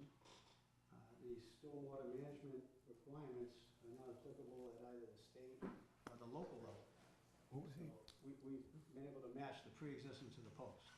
Walter, what are you doing? What are you doing in that area? I'm sorry. No, no, What are you doing where the water runs off the butter onto the property? How are you handling that? I'm sorry. Well, this one neighbor, not to call anyone out here, they have a situation where they're pumping water out of their basement due to high groundwater. Yeah, yeah. That discharges along this side of the existing proposed driveway, and water on this side sheds Right. through this But, radius. yeah, so how are you handling it? What are you proposing? That water will be handled through this conduit and allowed to continue to flow Right. onto the other side Yeah. of the roadway. And we've calculated for the drainage pipes also through every storm event required, so we will not be surcharging those pipes. And stormwater on this side is captured by a grass swale, and the majority of the treatment is provided on this side. There is only so much that we could do within this footprint. Now, How about, like what we did up at Winterberry in that area? That was suggested by Beta Yeah, to use more swales. right. And I didn't ask them to come Rain tonight, garden. but, Why wouldn't you, a rain garden there? There was an alternative design proposed by Beta, and we could have them come to the next meeting if you'd like to learn more about it. Yeah, I'd like this, Well, I could nip that in the bud right now. That was not to be discussed at our last meeting, but I can bring it up. They offered a dry swale solution, which requires 2 feet minimum separation above the groundwater table. right. The high groundwater table. There's also other requirements that the bottom of the basin has so much permeable material above it. So that basin would technically be top of bank, about 211 feet elevation for this project.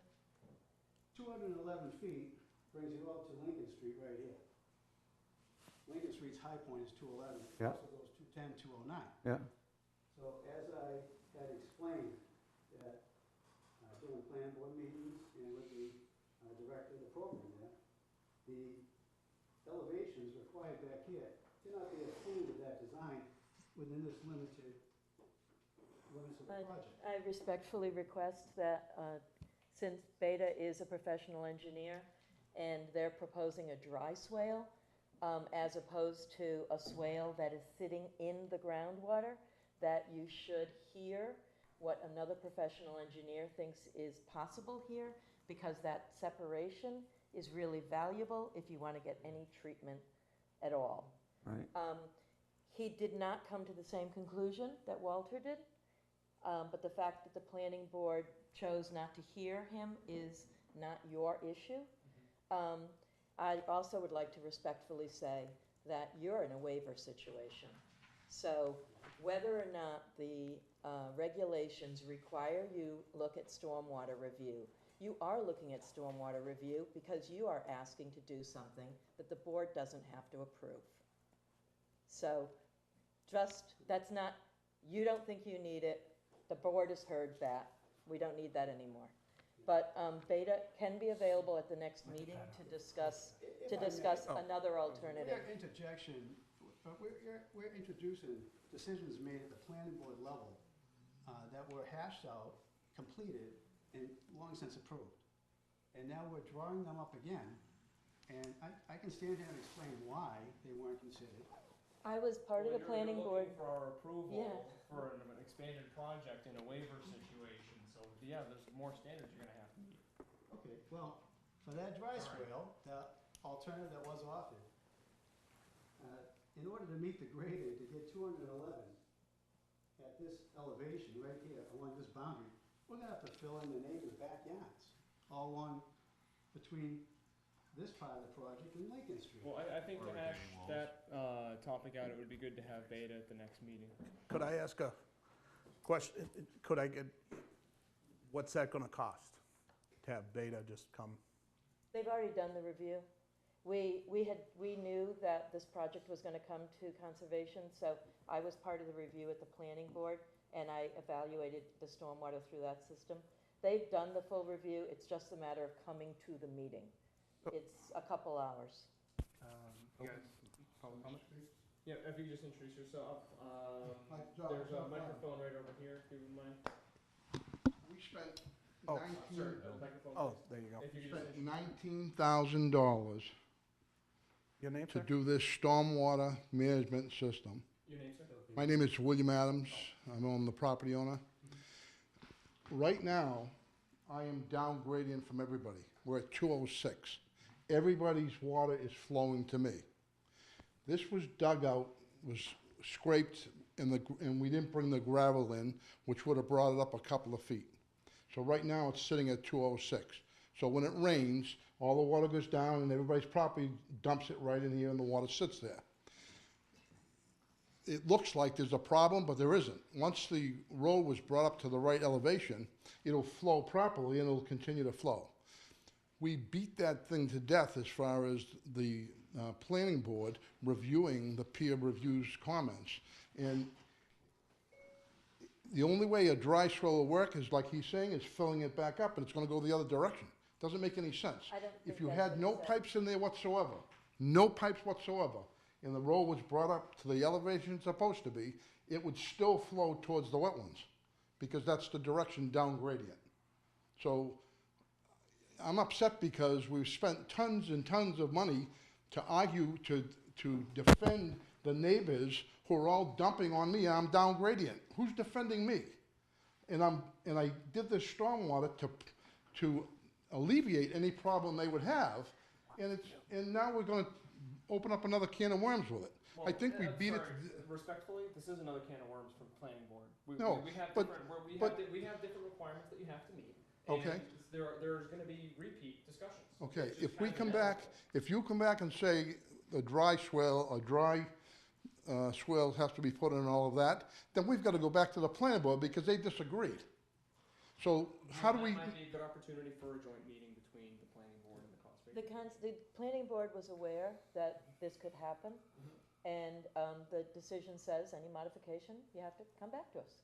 You get the review of the other board. if there are two different solutions, and one solution doesn't work unless you fill the whole thing into 211. I don't know If we would- fill it into Well, 211, We don't know if that's true. Okay. That's what you guys are saying. well, he's and an we have engineer, another- he just, We have another professional engineer that's saying that. Okay. So I would like to hear both sides.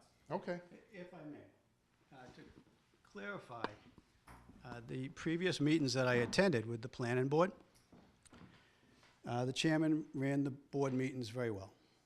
And he instructed, because we asked, are we simply addressing these comments that have been presented to us by the peer review? The peer review came back with different comments a second time, and the chairman said, we're not going to entertain and have to discuss new comments. We were very specific. We wanted just to address what the comments were. The latest comment about a dry swale, that was during a third letter that came to us. And the planning director handled it correctly and followed the direction of the chairman of the planning board, who said, we're not going to entertain new comments. And I did not have to talk about it then, but I have explained now why it doesn't work. But I just thought I should clarify for the record that that comment was during a third letter from the peer reviewer, because it seemed to be a never-ending review on a project that did not require that at all in the first place, but was offered in the spirit of cooperation at the planning board meetings. That's all I want to tell you. Okay, but you do understand that you're asking to work inside the wetland resource area, right? I mean, that's what you're here for.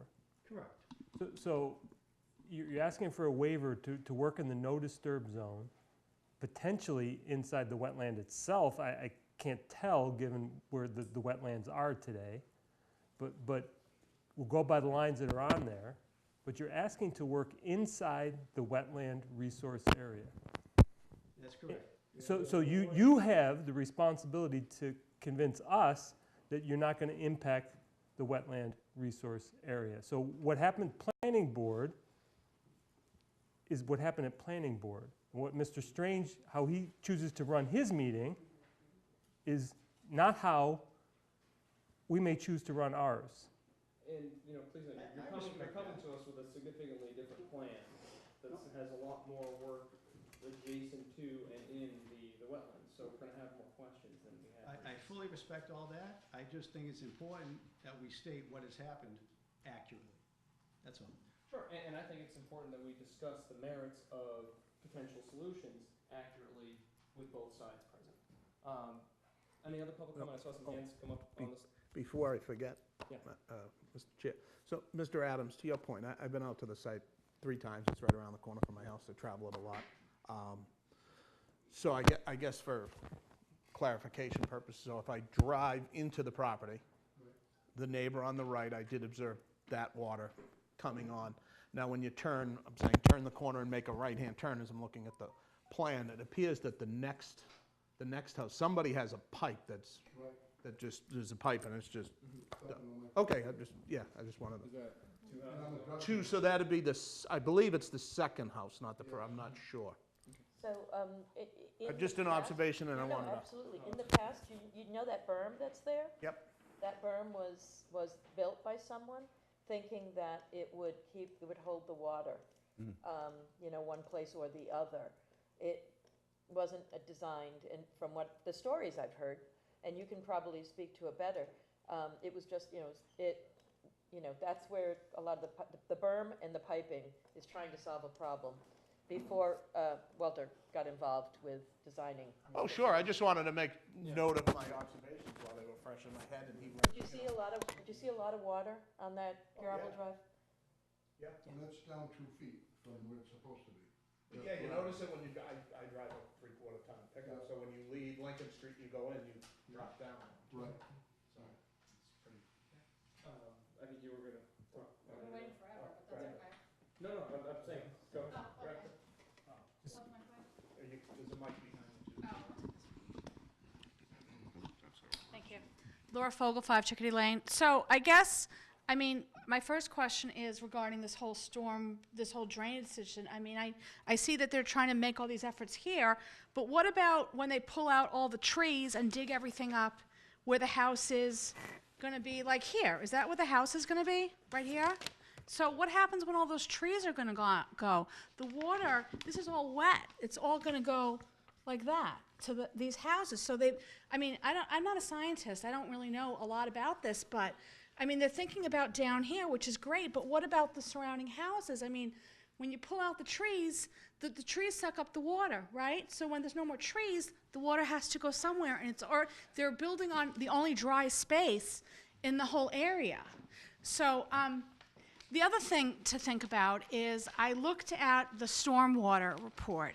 It's using 1993 data, okay? It's not, it's irrelevant because that's from like 30 years ago.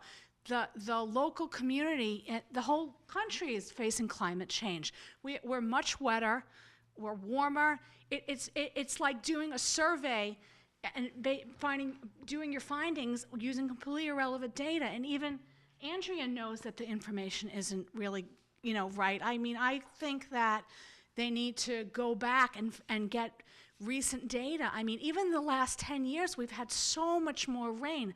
I don't understand how somebody can use 1993 data to say that this is going to be okay. I mean, I don't have a problem with building, but I'm very concerned about flooding in the neighboring homes. That's why I'm concerned here. My neighbor Kylet told me that on her property, which is let's see, she's in the outer 50 to 100 foot buffer. The Conservation Commission denied a permit to take down 26 trees down there. So I don't understand. I mean, how many trees are you guys planning to take down? Usually when people build homes, they clear cut. Are you going to leave all the trees? The homes that we're proposing to build are outside of the wetland buffer zones. Well, but everything else is wet. So, you're taking away the only dry space in the whole area, and the water's going to have to go somewhere. So I really think that they need to look at recent data to make this determination about whether that the neighbors aren't going to be adversely affected. We just got a grant recently from the state regarding, hold on a second. Is it Municipal Vulnerability Preparedness Plan for Climate Change? And one of the results was the idea of strengthening the wetlands bylaws and its implementation.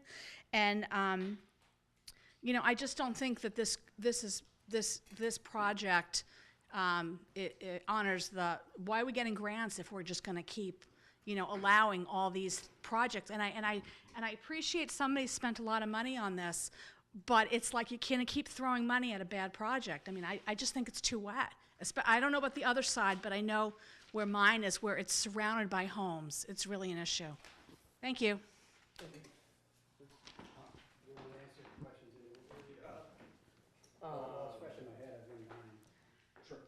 I was going to say, maybe you might be able to answer them together. Yeah. Does that make sense? Sure. We're the property that's probably the most impacted by this. We live on Jonathan. Names, please. Bonnie Tate and Jose Perez. We live at 6 Jonathan Drive. So if you look at the plan here, that driveway right here abuts our property. Our house is right here. That culvert drains through our land. So we've already spent $7,000 for down trees in the last 5 years all along that culvert. I know Mr. Kelfez was out there not that long ago, I think yesterday. It's changed. It looks like it's right across our property edge line. It no longer is. That culvert has directed it, so it is now going along the property line. Directed it to go. It doesn't go across the edge of the property anymore. It now goes like this. Goes down the side of the driveway Goes now. down the side of the driveway. Is yours the Cape, your house the Cape? Yes, it's the yellow cape. I have to apologize for walking on your backyard because it was drier. Our backyard does not have an issue because it flows into this. And I will say for these properties, their property has never been wet in the back. Their property has never been wet in the back. There's a pipe there, but there's never been any drainage. There has been wet back here. They're all our neighbors. Our backyard here does not have standing water, but there is the Savagians put just inside the property line, there is a wood fence here. Yes. And right behind that is the berm. I don't see any plans to take the berm out along that side, only here on the property, on the plan. So I'm not sure if along here any plans are the berms coming out. I didn't have any, but if it's a problem, I can take it out. I mean, I don't know if it was put in, if that was always there. That berm was put in at the same time as the other berms. It's exactly the same berm. On this back that part. This berm and this berm are exactly the same height, same berm, same trees, same everything. So the previous meeting, they wanted me to take the berm out that was put in. So if that's part of the existing berm, then that'll come out with it. That's part of the existing berm. Okay. And again, this is not a conservation thing, but our issue is that is a wood wall. That is a $7,000 wall that now is right up to the berm. And the berm through 6-7 years it's been up there, because we've been there 5 years and it was there before then, has now eroded down onto our property and underneath that wall. So we have a big concern when it comes down, what's that gonna do to our property? And again, You're saying you want the berm out, or you don't want it out?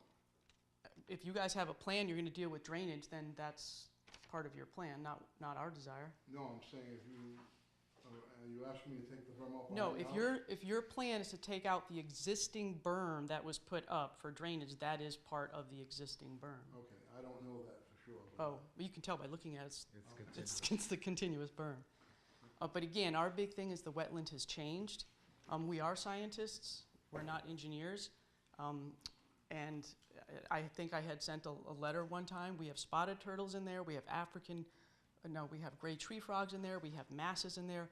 And so our huge concern is that the continuous conversation is to put pipes and everything and to drain it into that wetland, and then to drop the culvert down for this to cause more drainage to go through, which is no longer going through that way, which is going through that way.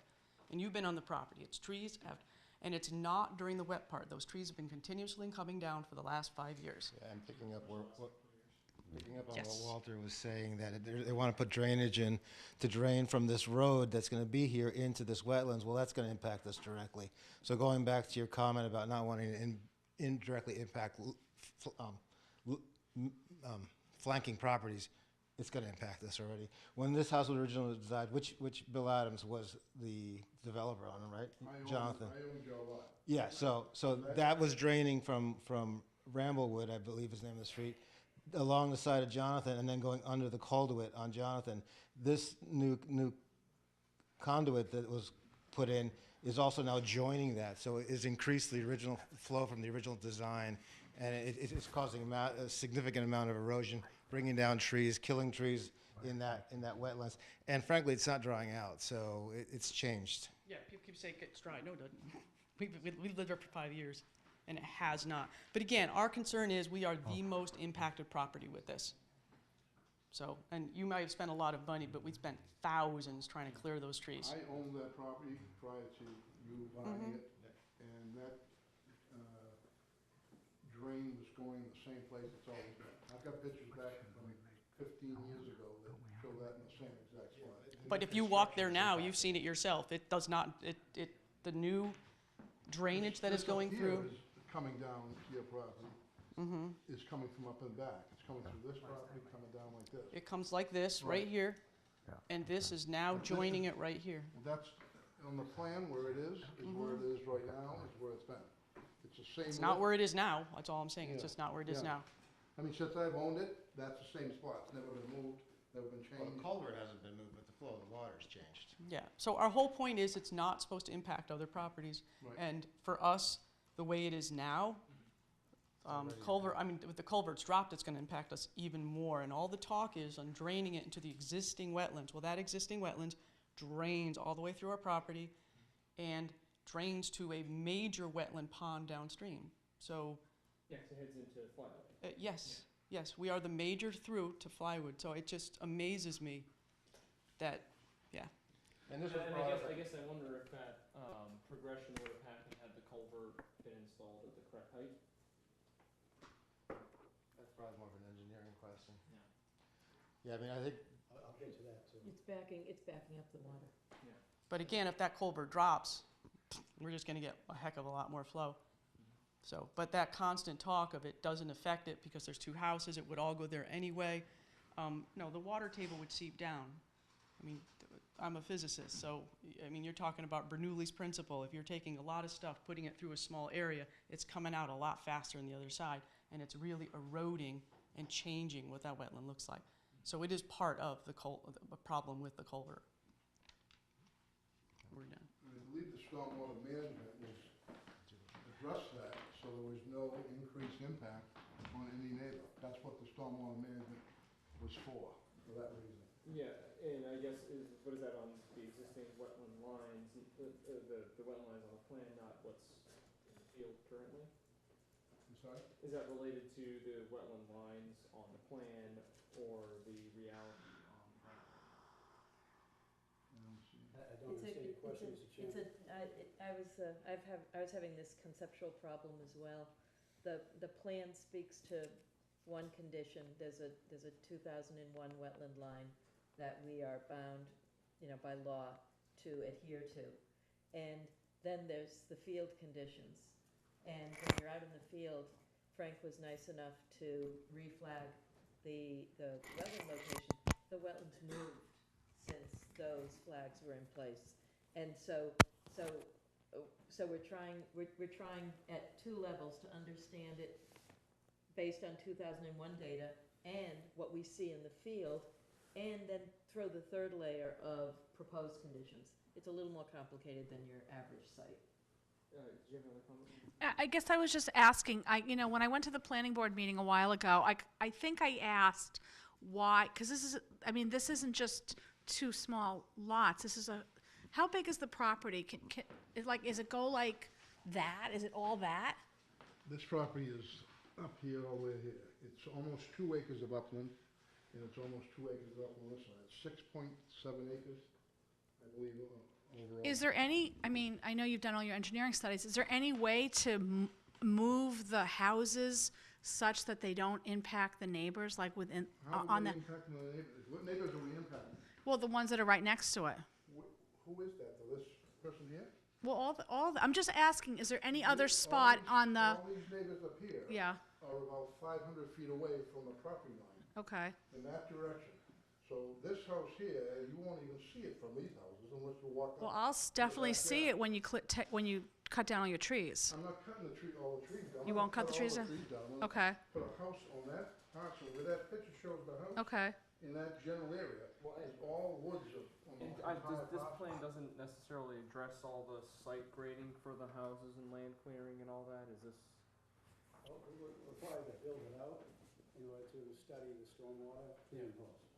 I'm just wondering, and I can't really visualize it as well as I would like, is you go that way and then you go that way. Why can't you put them more, closer together and away from the other neighbors? Is that possible? Because of the wetland. Right, so that's the point. And my point is that the only dry spot now goes away. They're very difficult to access. Right. But the driveway for the property that abuts us, the driveway is 2 feet from our property line, 2 feet. And you can clearly see the house over. Thank you for your service.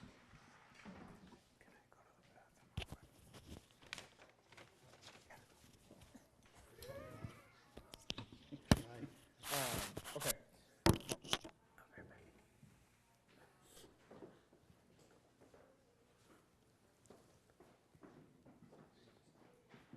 Mr. Chairman? Yes. If I may have an opportunity to try and respond to those questions. Please. If I can recall them in order properly, the stormwater management report and analysis that I've done, which I've stated, it balances the pre and the post conditions, existing and after development. That was reviewed by the peer review engineer and approved. In those calculations, I have taken the rainfall intensity that I'm required to hold for the 2, 10, 25, and 100-year storm events. I've also taken into consideration the change in the post-development where the lot to the right is essentially been opened up, but it will eventually have a nice lawn on it. The runoff coefficient for that is less than the rough texture that's out there now. Same with this area over here where there is existing trees and vegetation. When that is finalized with a lawn, its runoff coefficient is going to be less. But that is factored into the stormwater analysis. We use a software called HydroCAD, very common and popular. And when we're able to calculate all the area of the site, it's held for both pre and post conditions. And we evaluate all of the existing pervious, impervious, and post-pervious and post-impervious areas. And when you have slate impervious added to a project, you're going to have additional rainfall that you have to account for. The stormwater management system proposed holds back and infiltrates just enough so the equations balance, where pre-existing conditions for flow and rate balance and equal the post. I'm not oblivious to what I see going on around us for what I do believe is warming of the environment. But I've followed the applicable requirements for my study and my work. The culvert, as I think we just alluded to, the culvert is actually set at an elevation that backs up 4 inches of water. I've measured it. I got pictures. It's exactly 4 inches of water. Prior to the culvert being there, it was just naturalized stream flow.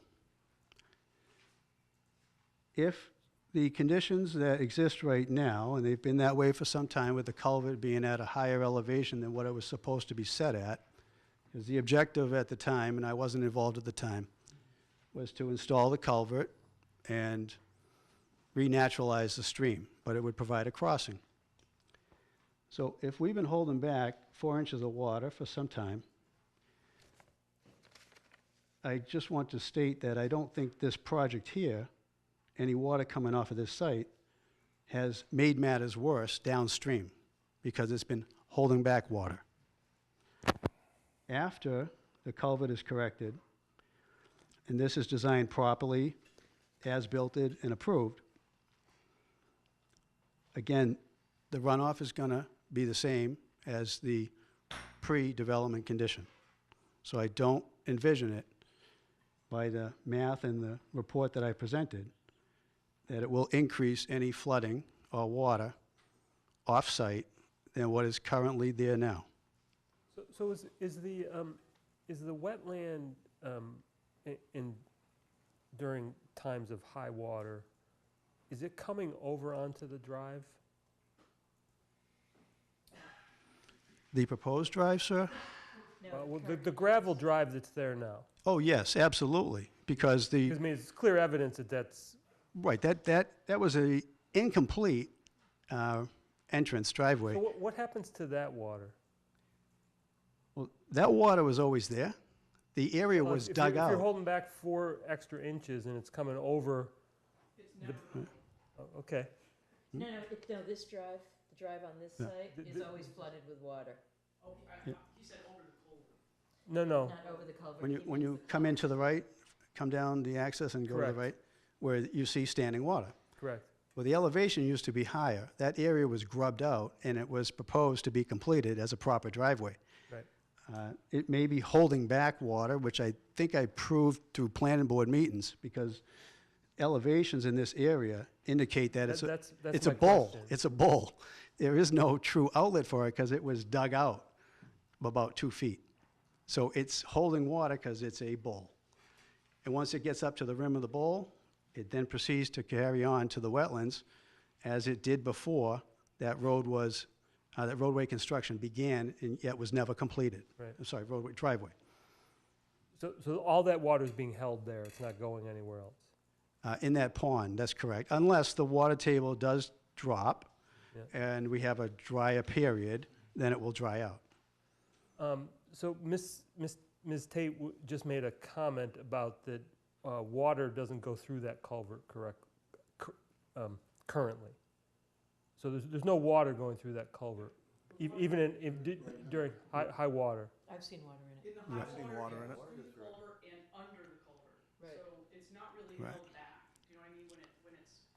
When it drops and it doesn't go through the culvert because the culvert is too high, it just goes under the culvert. It's always. So is that possible that that's happening? Yeah, it's gravel. Okay. Yeah. Okay. Sandy soils and stuff. Yeah. Okay. Yeah, But yeah. it's low, it's not gonna increase anything because it's already going under it, so you'll be dropping it down to where it's going under anyways. So that's kind of against your argument when you're saying it's holding it back, so it's less than. It's not, it just goes under it. Well, I have At pictures, a lower rate though, right? I have pictures that document the water's right at the inlet side of the culvert, which is higher, slightly a couple hundredths higher than the outlet side, and on the outlet side, it was dry. This culvert they're talking about, the plan shows it having the same elevation on both the east and west side, flat? That's correct. As opposed to pitching it. That's correct, because it's to be set at 204 as required in the order of conditions. You And- gotta find that spot, because I spent hours looking for where it says 204. You gotta show that to me. Yeah, my 'Cause client, I can't quite, yeah. Showing the plan right here. I know, The it order says per the order of conditions, and I can't find it, and I wasn't part of the review at the time. Couldn't find it on the order of conditions? Right, We can provide that. yeah, I have the order of conditions, just show me where it is. Okay, So, yeah. sure. It may be even documented in more than one location. My client knows the site intimately, much better than I do. He's been involved with it for years. So And it's a 3-foot high box culvert. You drop it 2 feet below the wetlands, it's going to have a little bit of freeboard. correct, But it's gonna mostly carry the water out. right. The plan called to be set at 204, and If you, That's the original order of conditions? And then oh, it's in the earlier order. It's also in the superseding. There's an order, this order is no longer valid, this order Right, but that- expired. Right, And, so I was looking for it in the 215. Yep, of course. Oh, thank you. It was driving me crazy. What's the number on that one, Mr. Adams? The number of the order? Yeah. The permit? SC 1521022. 022. Hey, Walter, so the bottom of that Yes, Bill. culvert, when it gets lowered, is that, how much is that above water table? well, Bottom of the, the bottom of the culvert. the invert inside bottom of the culvert's going to be at 204. And where's water table? Water table is in this area. It depends where you are on the site. We've documented it in test pits throughout the site. In that area over there, it's at least, it's standing water for most of the year at about 205.50. Oh, so you're not gonna can't get a freeboard if that's constant water table, it's just gonna go right through. Right, so it doesn't hold much, it's only got a foot, Yeah, right? yeah. Yeah. Yeah, they just, It's 4-inch cast Yeah. concrete, and the bed is right in front of the culvert. Yeah. I just stuck a tape and measured 4 inches. Yeah. So the water might be very well going underneath it. I mean, that's what the Probably bed did is. before the culvert was Probably is, constructed. yeah. But for it to get up and over that 4-inch lip, it does happen sometimes during the year. Isn't the soils just all sand out there anyway, sandy gravel? At some areas, it's more like a sandy loam. Oh, Yeah, it's not a very permeable beach sand or gravel type, but it's not clay, somewhere in between. there are test pits on the plans, and the water table is, the modeling is showing it like 32 inches, 36 yeah. inches.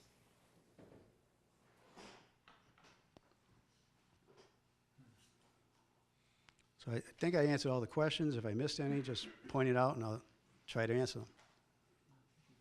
Not for the engineer, but maybe for another person on your team. You have the performance standard you used was not the only local wetland standard to review. There is a request in here to look at the vegetated wetland standards at 915-17, and also the waiver standards of 503-22. And so that's just maybe in the next project submittal.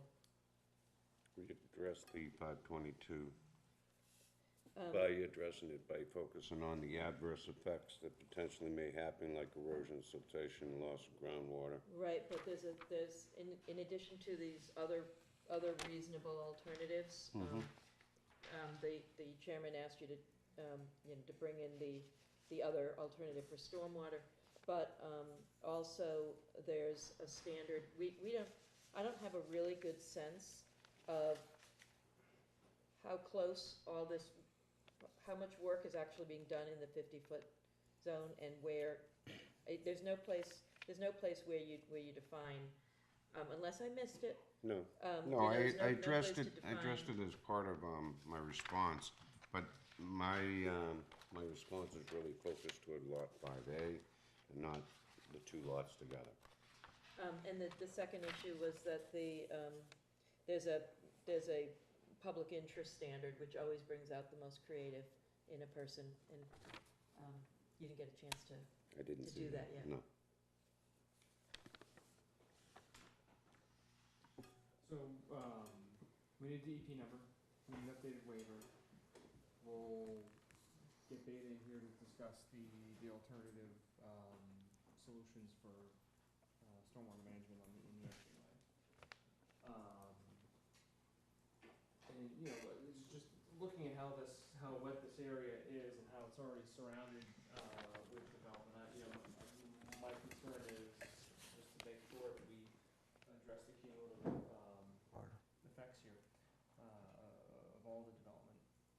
So that's something I'm gonna be looking at as addressed. I'm struggling with that, because I hear what you're saying, and they're saying that you don't need to look at the proposed house or the septic system, and yet we know there's gonna be grading there.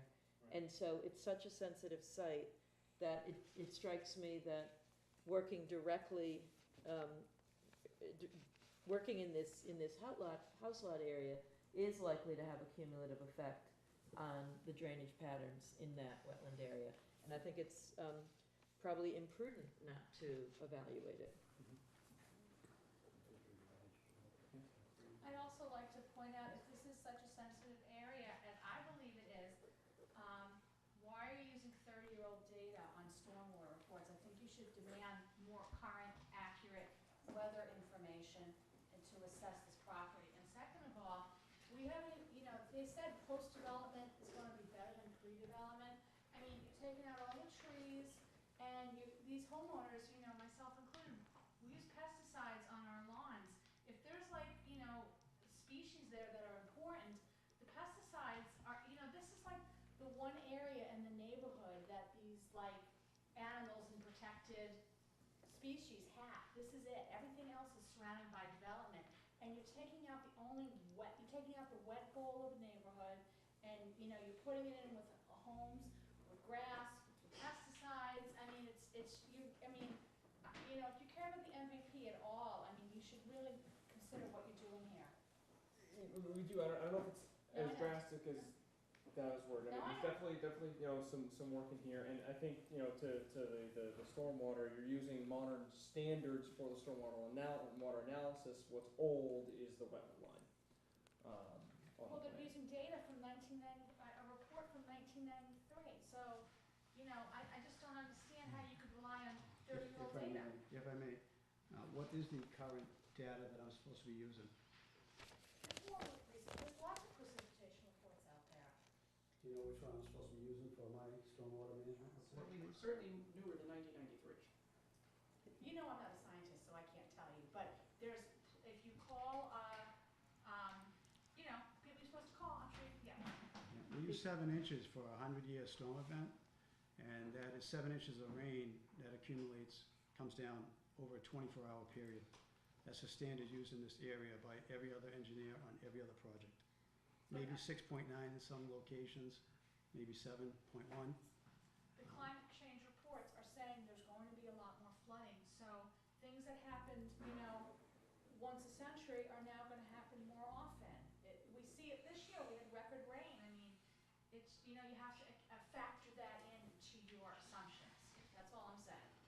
I think with all due respect to Dr. Herman, who's a well-respected professional, who's worked in this town for years, if he says pre and post, then I gotta believe his data, and again, with all due respect, he has factored in, that is what the 100-year storm plans for, 7 inches of rain in 24 hours.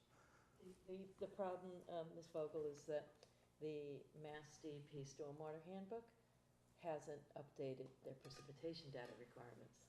So some towns are choosing to proactively address that and come up with better precipitation data, and DEP themselves are recognize that the precipitation data is a real problem with the handbook, but they haven't done it yet. So Walter's following the rules of, and it can, if the board wanted to, they could consider a higher frequency standard as a public interest. But that would be something unique to this case. Or it would have to be addressed, I guess, through bylaws and regulations. And that was the point of the MVP plan. Thank you so much for reading it. Because because that's what we could do, is that other towns are doing that as well. And maybe you could look, not just for this, but for other things, look to see what other towns are doing, because, I mean, we're gonna have more flooding issues in general. I just remember reading when, this is kind of not related, but when Roach Brothers was built, I mean, it's a wonderful supermarket, and all of a sudden, the condos across the street started flooding, and they were pretty far away, and they said, we never flooded until Roach Brothers come. There are impacts to building that, it's not fair to the other neighbors that their homes are gonna start flooding now. I think that's a valid concern. One comment, Mr. Chairman, please. I just wanted to clarify, I have not stated that the post conditions are gonna be better than the pre-existing. I've made them equal. All right, so we've got to come back. We've got some holes we got to fill in. Literally. Or do you have anything else you want to add to that? No, I mean, I think that this property is relatively unique. We are working right up against the wetland line, inside the resource area, which is the buffer zone. Buffer zone in this town is a resource area, and to be protected. And that I believe that there's a hurdle to overcome here, so if we're asking for additional information and additional work to be done, I think that's what should be expected. So that's my, I think there are butters here that are impacted. I believe that Mr. Adams is impacted by all the water in their area as well. I fully believe that and appreciate that. I'm just figuring out how to balance that with existing conditions. So, and trying to make sure that we're not making it worse for anyone. At the same time, making your use of the property amenable to you. Oh yeah, that's. Disassembling tables over here. Oh yeah, that's. Couldn't have happened to a better guy. At least you know how to fix it. I feel like you're at IKEA. So did we get, for the record, did we get an answer on Beta? That they're not gonna charge Mr. Adams, they're just gonna show up? Or? We have a peer review account with them. I understand that, I was just trying to get a rough idea of how much. I don't know the cost without asking. This came out on me again, man. Are you suggesting that there's a certain threshold beyond which, a certain dollar threshold beyond which you cannot ask them to attend? No, I just want to know, I think we, ask for information and ask for, professional opinions sometimes a little too lightly or a little too often and not, these people cost money. No offense, these three gentlemen here I couldn't imagine how much they're charging Mr. Adams an hour, so I just want to be cognizant of applicants' money and be, good stewards of their money as well, and be. As well as. We want to be cognizant of it for sure, but our charge is to be. Thank you. stewards I of the- understand our charge. Thank you. It's just not fair for me to try to explain what Beta can say to another engineer. Walter could talk circles around me when it comes to engineering, and and Beta was hired as our peer reviewer because we needed an engineer. So. All right, do you guys want to add anything else before we continue? I like to say that peer review that they did was addressed to both the planning board and the conservation. So I believe that was done for both.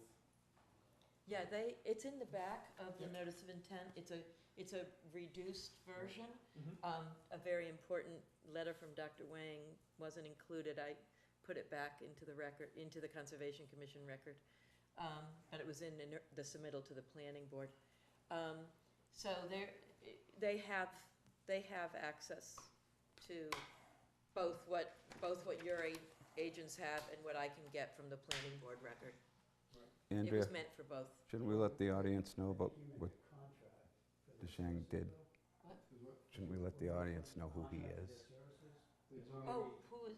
Oh, you just said DeShang Wang, you just... Oh, they had don't a even- wetland scientist working on this project. The audience should know, what she's talking about right now. So, Andrea, There was a wetland scientist working on this project earlier who went out to the site in the spring of 2018 and evaluated the current situation. And if I didn't already post it this afternoon, I'll have it posted to this application. What did it say? I'm surprised it wasn't there yet, because I would like to have read it. Well, like I said, it was in the planning board record, and when they brought over the stormwater, they brought over what they thought was the most salient pieces, because it was a long discussion on stormwater, and this particular letter got missed, so I'll post it to the application. So just, I don't know if you want to say what the conclusions were or not. He said the wetland line changed over time because the culvert. He said the wetland line changed over time because the culvert was placed too high. Which means what? Doesn't sound like Dr. Wang. That's what it sounded like to me. If I may, who was that person? Dr. DeShang Wang. Oh, I have the letter right here. Yeah. It doesn't say that. So what does that mean for this project? Should we have Mr. Adams read it into the record? Well, it doesn't matter because legally we are bound to a wetland line in a valid permit. But Andrea Langhauser learned her lesson, and when we write a decision on this project, we will identify which section of the wetland line we are addressing and leave the areas that are not disturbed not touched by this decision, so they can go back to nature. Can I clarify, please? I just want to request. Andrea, could you clarify for me? Are you saying Dr. Wang in his letter stated that the wetlands line has changed? He stated it differently. I'm paraphrasing. Read it, Bill. And obviously, the whole board can read this. Okay, so it says,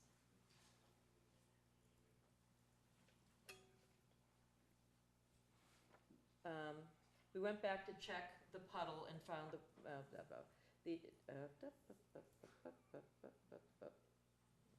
is it? Can I explain what that was for? Yeah, We went out to the site and you were out there and you said there's some standing water over there and that could be wetlands. I'd like your wetland botanist to check that and see if that's wetlands there or not. So Dr. Wang came out, I met him out there, it rained, it had poured out, and there was standing water there. He took his auger and he went in and he dug the soils beside the hole. The hole was maybe like this, and there was a big pile of dirt behind it. okay, here it is. He took pictures of it. He looked at the soils. He said there were no hydric soils at all. He came back 2 days later and the hole was dry, bone dry. So the So he wrote pictures, that summary I got it. that says that it was a ditch that was there and it had never been properly backfilled. Right, That's so, what that says. what he said in his item number 1, the wetland crossing culvert was installed 2 feet higher than the design and needs to be corrected to maintain pre-construction hydraulic conditions. We agree. And, right, of course, we all agree. And he found his wetland stubs. I went the next step is that the hydraulic conditions have changed because of that culvert. And I was out there, and the hydraulic conditions have changed because of that culvert. And the water, and the... State that in that letter. You're right, you're right. If we were in an appeal, I would be much more careful of how I was speaking. It's just that I know, it's very hard for me to deal with a site that has an 18-year-old wetland line when the conditions have changed. So it's a balancing act. I just wanted to be accurate, Andrea, that's all. No, fair. All right. Yep. Motion to continue 233 Arlington Street to June 30th. Does the applicant? The applicant. Yes. If we bring back the peer review, and he says, I disagree with Walter, I think you should fill it up to 211. We have two different engineers now with two different opinions. It's much easier. How does that work? We'll find out. Okay. I mean, I can't answer that question I mean, because there's more substance to it than just, yeah, fill it up to this. Well, it's done. I know what his design was, and we discussed it in detail, and we figured out it wouldn't work. So this was the only thing that would work. And then we talked with Stephanie as well, and the chairman of the board reviewed it as well, and that's the conclusion they came to, and they went with that. So That was something he had changed after the third set of comments, after the board already said, address the existing comments, and won't be any more comments. He came back with 6 or 8 more comments and a different change of design. Yeah. I don't think we're looking to get into a, rabbit hole of back and forth and back and forth. I think we're just trying to have an open discussion with experts on both sides. In the past, we've had really good luck with the engineers speaking together. In this case, they have, and they haven't heard each other. But do you want to give it one more try and see if having the two parties They can figure it out. work together Figure it out. before the meeting? Yeah, they can figure it out. Because I mean, if that'll inform and make the next discussion easier, then sure. do you think I mean, you've spoken with Phil about this issue. Do you think it would help? For the record, I've sat down with Phil once. I've tried to email him. I've tried to call him. I have not received what I would call a two-way street of communication. It was simply done through review letters that were never ending, and they were changing. So you're saying you would benefit from it, or you wouldn't benefit from it? I thought the process that way was very frustrating to me, who was trying to communicate as if we're talking now over the phone or in person, and I wasn't granted that privilege by your review engineer. I had to look at paper. And it didn't go well, because things kept changing, and it was never ending. Would it help if I facilitated the conversation? If you instructed the peer reviewer to talk to me, that would be fantastic. Yeah, I think that would be a good. Can you do that, Andrew? Yeah. Excellent. Yeah, Excellent. I mean, if we can compel them to be a little more cooperative. Excellent. That would be appreciated. Yeah. Well, I think that would be more effective. All right, so DEP member, we need a more robust waiver request. We'll try to get the engineers talking and see what we can hash out Right. in between now and the next meeting. Cumulative effect? Great. And yeah, we got to think about it. I guess I'd like to see that addressed in the waiver request. Well, I mean, I think you have to because we're working in the resource area. Right. And just like another project where it was kind of one of the last parcels with some wetlands surrounded by developments, and I think we're going to see more and more of cumulative effects in the town, just the way development is and where you can go next. We got to think about it. All right, motion to continue 233 Arlington Street. Second. All those in favor? Aye. Thank you very much. Thanks, guys. What day is that meeting going to be on? Monday, June 3rd. June 3rd?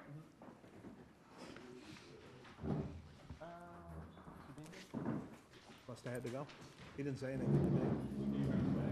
Yeah, he didn't say anything.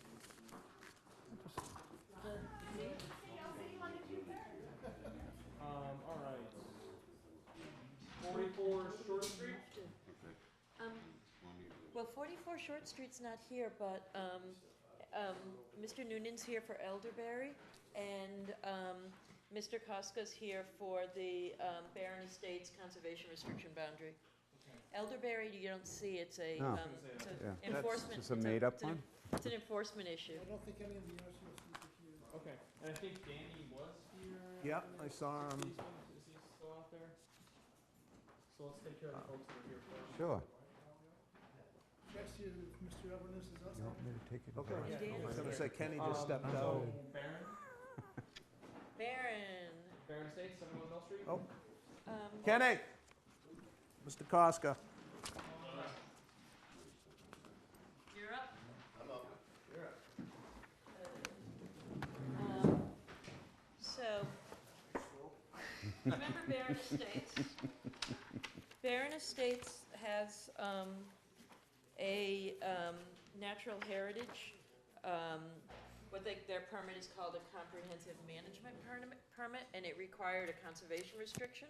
You guys approved the conservation restriction back in November, but for one reason or another that Ken could explain, the conservation restriction is now larger.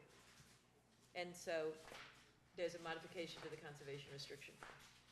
Ken Koska, KLK, we got an additional lot, and then we gave Natural Heritage additional property.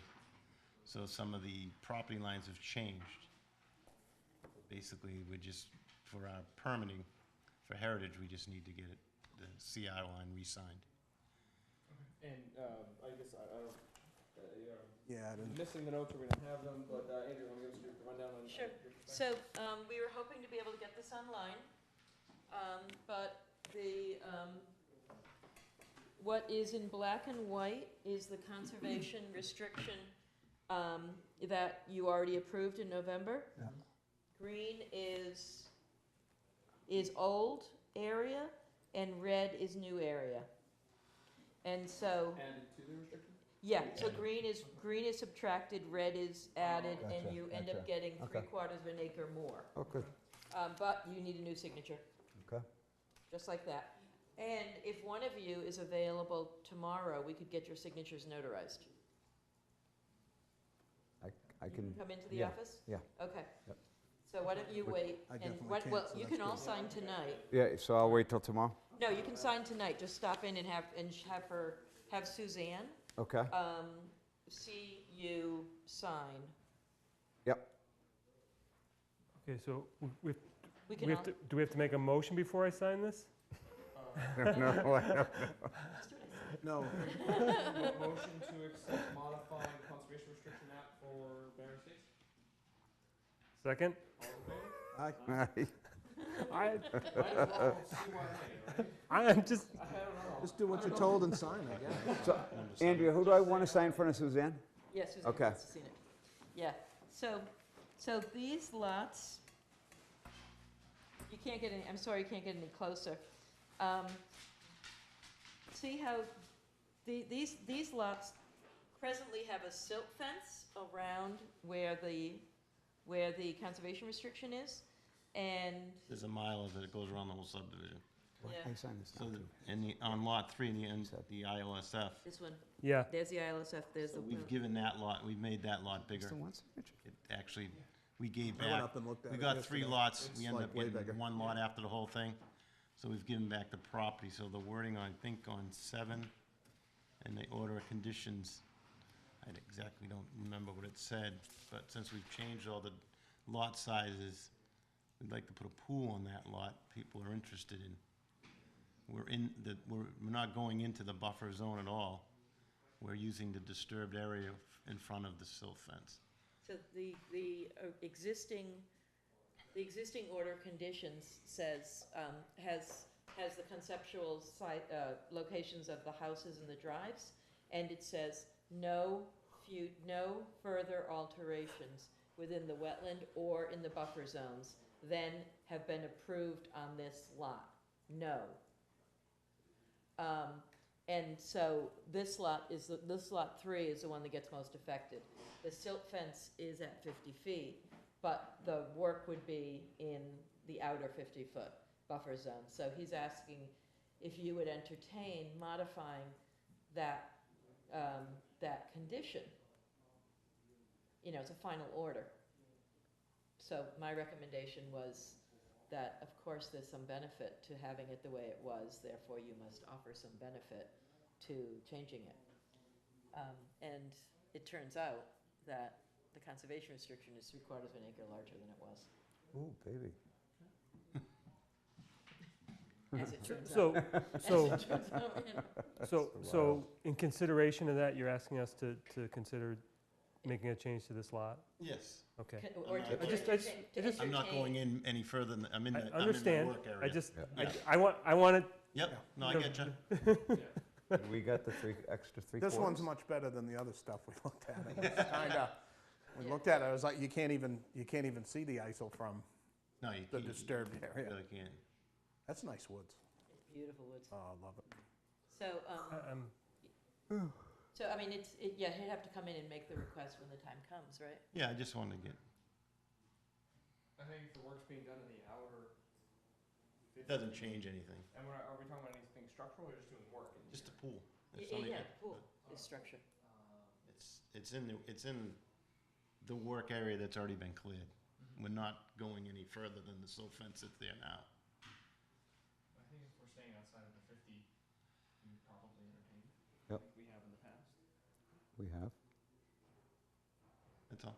So we'll bring it to you at that point. I just, Yeah. while I'm here, I might as well Right. get a little Yeah, extra. I mean, I hate to prejudge anything. No, I've got interest if people want the lot, but they want a pool, and it's actually was brought up to my attention. I didn't realize Yeah. this No, was I an think- issue. I think we take a look at anything. Yeah. Yeah. So I'll get a layout of the lot, and we'll just move forward. Okay. Maybe show a pool on the lot where you could put it, so everybody's hunky-dory with it. And then we can get that squared away. Great. Thank you. Good. Thanks for your Ken. time. Thanks, Ken. All right, and then is Elderberry next? Elderberry's the last one present. Well, Danny was here just 5 minutes Yeah. ago. Yeah, I think he just saw him walk off on his phone, Okay. so. Okay. Your choice. New enforcement, old enforcement. Let's deal with the old Okay. gang, right here.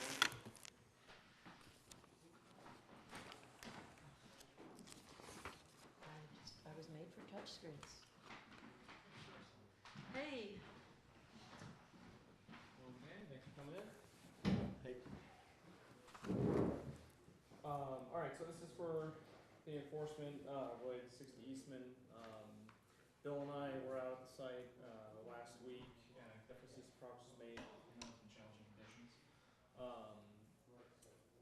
And, a couple things we wanted to talk about were, I think a couple of our priorities kind of remain, is getting rid of the tailings, where it was put down, so kind of just bringing it back. And I'd be interested what you guys feel about this. There were a couple points where it looked like at some point in the past, the wetland on one side and the other were clearly connected. You can almost see like the channels, and then we've got the path in between them. And I don't know if the original grade on the original cart path get low enough such that when the water level rose up, it flowed over. It kind of looks like there was something like that before. Seems to be, it might be a good idea to reestablish some of those connections. Rory, I think you were out there a couple of weeks ago? Yeah. Yeah. It was really wet. Yeah, because I see the, Agree with that? Yeah, it definitely, yes. Yeah, I mean, see you could, the tail ends, are they're loam tail ends. Yeah. So even though there's rock there, it's just from screening the loam, but water's not going to pass through that loam. So when we were out there, I know you're being nice the way you're saying it. It's definitely been, those were connected. Yeah. So now they're not. so do you know exactly where we want to do this? Is there one area, two area that you want to do this in? Yes, there was. Yeah, there were some, I don't have pictures of them, but if we were to go out in the field with you, I think we could say, all right, from this point to this point. And I think, so if you come in from Eastman Street, there's a pretty clear. Oh, yeah. Yeah, it's very change clear. from where it goes from the Very original clear. car path to the tail ends. And then, I mean, it's pretty clear on the other end also. I Yeah. think there was a fallen log that we were using. That's as a right. reference That's right. point, Yeah.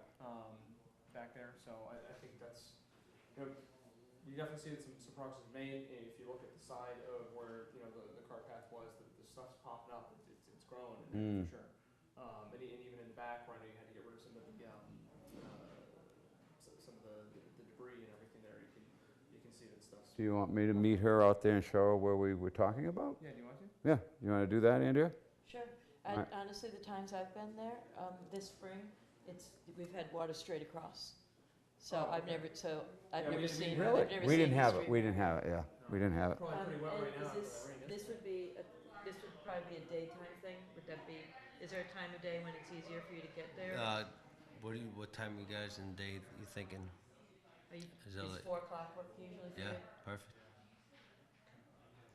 When do you want to do it? Thursday. Oh, Thursday? Thursday possible? Yeah, that works. 4 o'clock Thursday? Okay. Okay. Yeah, I think that's what we'd like to see back there. Alright, so we'll just throw like 2 tags up and. And in between there, just, you know, I think the way Bill was describing it is just, you know, peel it back, fill, bring it off, peel it back. Peel it back, yeah. back. But it looks like you're doing a lot of work out there, which we appreciate. Yeah, and I think when we were out there last year, and we you know, we were hypothesizing that we thought that the seeds that are in the ground and just the nature would come back, and you can see it come back. There's hundreds of little mini. Oh, yeah, it's gonna, if you just leave it alone, it'll, Mother Nature's resilient. Anything else you want to? No, that's why I just like, you know, replanting and stuff like that. I don't know, I think kind of take a wait and see it approach. This particular site, pretty ideal for let it grow. Yeah. You have 5 extra minutes, but maybe more like 30. We could go over to another site at 704 Foundry, relatively close. Yeah. They're actually beginning to take out the fill. Okay. Oh, The silt fence is in place. Okay. I was there for the silt fence. that's interesting. I don't think we'll be with Dan very long. We went over it. Without Dan, Yeah. you'll let your wife know. It'll be pretty quick. Oh, No, yeah, we'll be there. I'm 4 trying o'clock, to. Thursday at We 4. want to get our daughters out of the asbestos-filled schools here and be done with this town. All right. So let's do it. Okay. Yep, we're there, I'm 4 there. o'clock Thursday, Yeah, and the date we'll be on there. there, so everybody's on the same page. Thursday at 4. We'll be there. Thursday, Well, if today is the 21st. 23rd, 4 o'clock. 23rd, yeah. Perfect. Thank you, folks. Thank you. Thanks, Danny. All right, Elderberry, are you guys? Okay. I don't remember how I met Paul Noonan, but I do remember how I met Paul Noonan. At Mr. Noonan lives at 7 Elderberry Lane, and his landscaper, when he asked his landscaper about fixing his decking, the landscaper said, I think maybe you want to double check with conservation, make sure there's no problem. And I'm like, I've never been to your site. Let's meet out there. Well, nobody's been to that site in a long time. And it turns out that there's wetlands that have been cut down, and there's lawn all the way to Long Pond. And he was extremely supportive on the site, that he didn't have any idea what this thing called a wetland at the edge of the beach was and where it was. But has since brought on a engineer, a surveyor, and a professional biologist, and has prepared in your package an evaluation of all the things he's done since May 1st, when he and I met for the first time. I'd like to just state that I've known Paul Noonan for close to 30 years and his family, and they are one of the most highly respected people around this area. And when they say they're going to do something, this is the way the family is. They're very good. And, you know, we appreciate rapid response to these things. It certainly is respond well for perspective. Because there are situations where things are ignored and, True. and they True. drag on for years. I like that. It's not ideal. So you guys want to give us the one out? I was out there earlier this week. We got flags up along the beach area, in the area of the lawn area. The zone is about 3 feet wide. The shrubs were cut, but they're re-sprouting in place. So, Frank hasn't had time to get there. He's going there this week. We'll have a plan prepared within a week. Okay. And we'll be filing a notice of intent. Great. Right, and does anybody know the history of the site? It's a, History of the site itself, not really. it's a long, it's a dog leg, and it has a beautiful frontage on Ames Pond. Has it always been a house lot? No, I Yeah, Long Pond, Ames Well, Long Pond? No, that's the Stoughton people call it Ames Pond. We call it Long Pond. Okay. yeah. Thanks. They say back in the early 1900s there was a house there, but there's a little foundation that I know of. And there was a beach there at some point, but I can't prove that. Okay. I was looking for an opportunity to find out if there was a disturbed pre-86. But one thing I did discuss with Mr. Noonan was that when you ask usually to maintain a 50-foot no disturb zone, it has to be native vegetation. And he has an interest in wildflowers. And I thought there was no reason why it had to be, as long as it's native, Yeah. why not wildflowers? Sure. And did you guys discuss like leaving a path to the Yes. pond because we Yes. worked that in with situations like this? in the It's past? actually, you won't even need to because directly to the side of it is a very well-established, closed-in white pine forest, and it's easy to move down there. There is a dock also that'll be incorporated into this decision, existing dock. So I haven't taken an enforcement action. He hasn't given me a chance to. That's Very good. Yeah. That is a good thing. And if that's okay with you, when do you plan to have the notice of intent? We're hoping that by the 3rd, being on the 17th. I'm here just to confirm to the board that I have been retained to do the work. I have not done the surveying yet. I do have it on my schedule to be out there Thursday of this week to commence a survey, and we do have anticipations of having plans prepared for filing on the 3rd by your next deadline. Any of the patio work and all that, if there's any of that inside of the no disturb areas? Or Not just the in no the disturb, buffer? but within 100 feet? We're close. I think one corner may get in there, Okay. Well, and then we have the it's dog. outside the no touch. Yeah, once it's surveyed. Yeah. I hear what you're saying. Yeah, I was just curious. Doing everything the right way, Paul. Thank you. Appreciate it. Very good. All right. Thank you for your time. Thanks for coming in. Hopefully you guys. Thanks for waiting around, appreciate it. Good night. Hey, guys. Tonight's Frank's night. Why can't everything be like that? Why can't people be like this? Yeah, they can be, but why aren't they? Can I ask what happened to 400 Foundry? Oh, no butters. Oh, yeah. What's his thing Okay. about So this? they were sent home. applicant and she didn't know. Fair enough. Should be in next week. Okay. All right, Good 44 point, Ray. Short Street, let's blast through these COCs, anything Yes, sir. of concern? No permanent markers. This is like Andrea's way to get back at everybody in Easton, is show them that all the conditions require permanent markers. Okay, they don't have permanent markers? They don't, but they have an agreement with Driscoll to have them, have 4 permanent markers installed soon. Are they trying to sell the house? Yes, so if you would like to, it is otherwise fine. If you'd like to sign and we could hold on to it until we get record of the markers.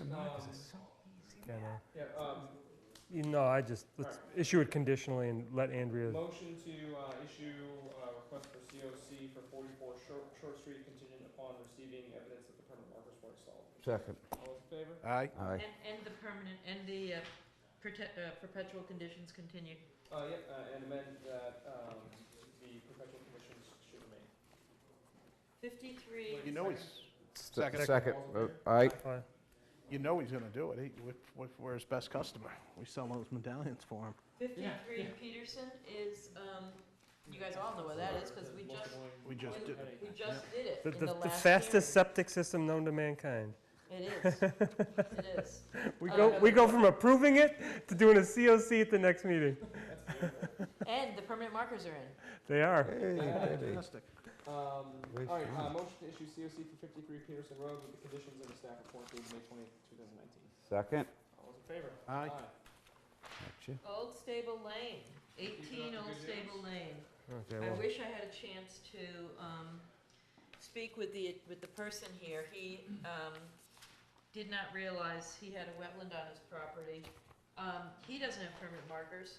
He's got a silt fence that has, you know, fallen into disrepair around his gardens, and he apparently didn't know that that was a no disturb zone.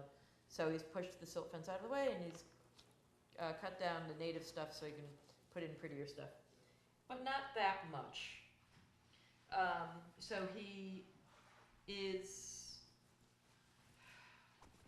permanent markers to be installed along the 50-foot no disturb zone. And then I think he'll be okay.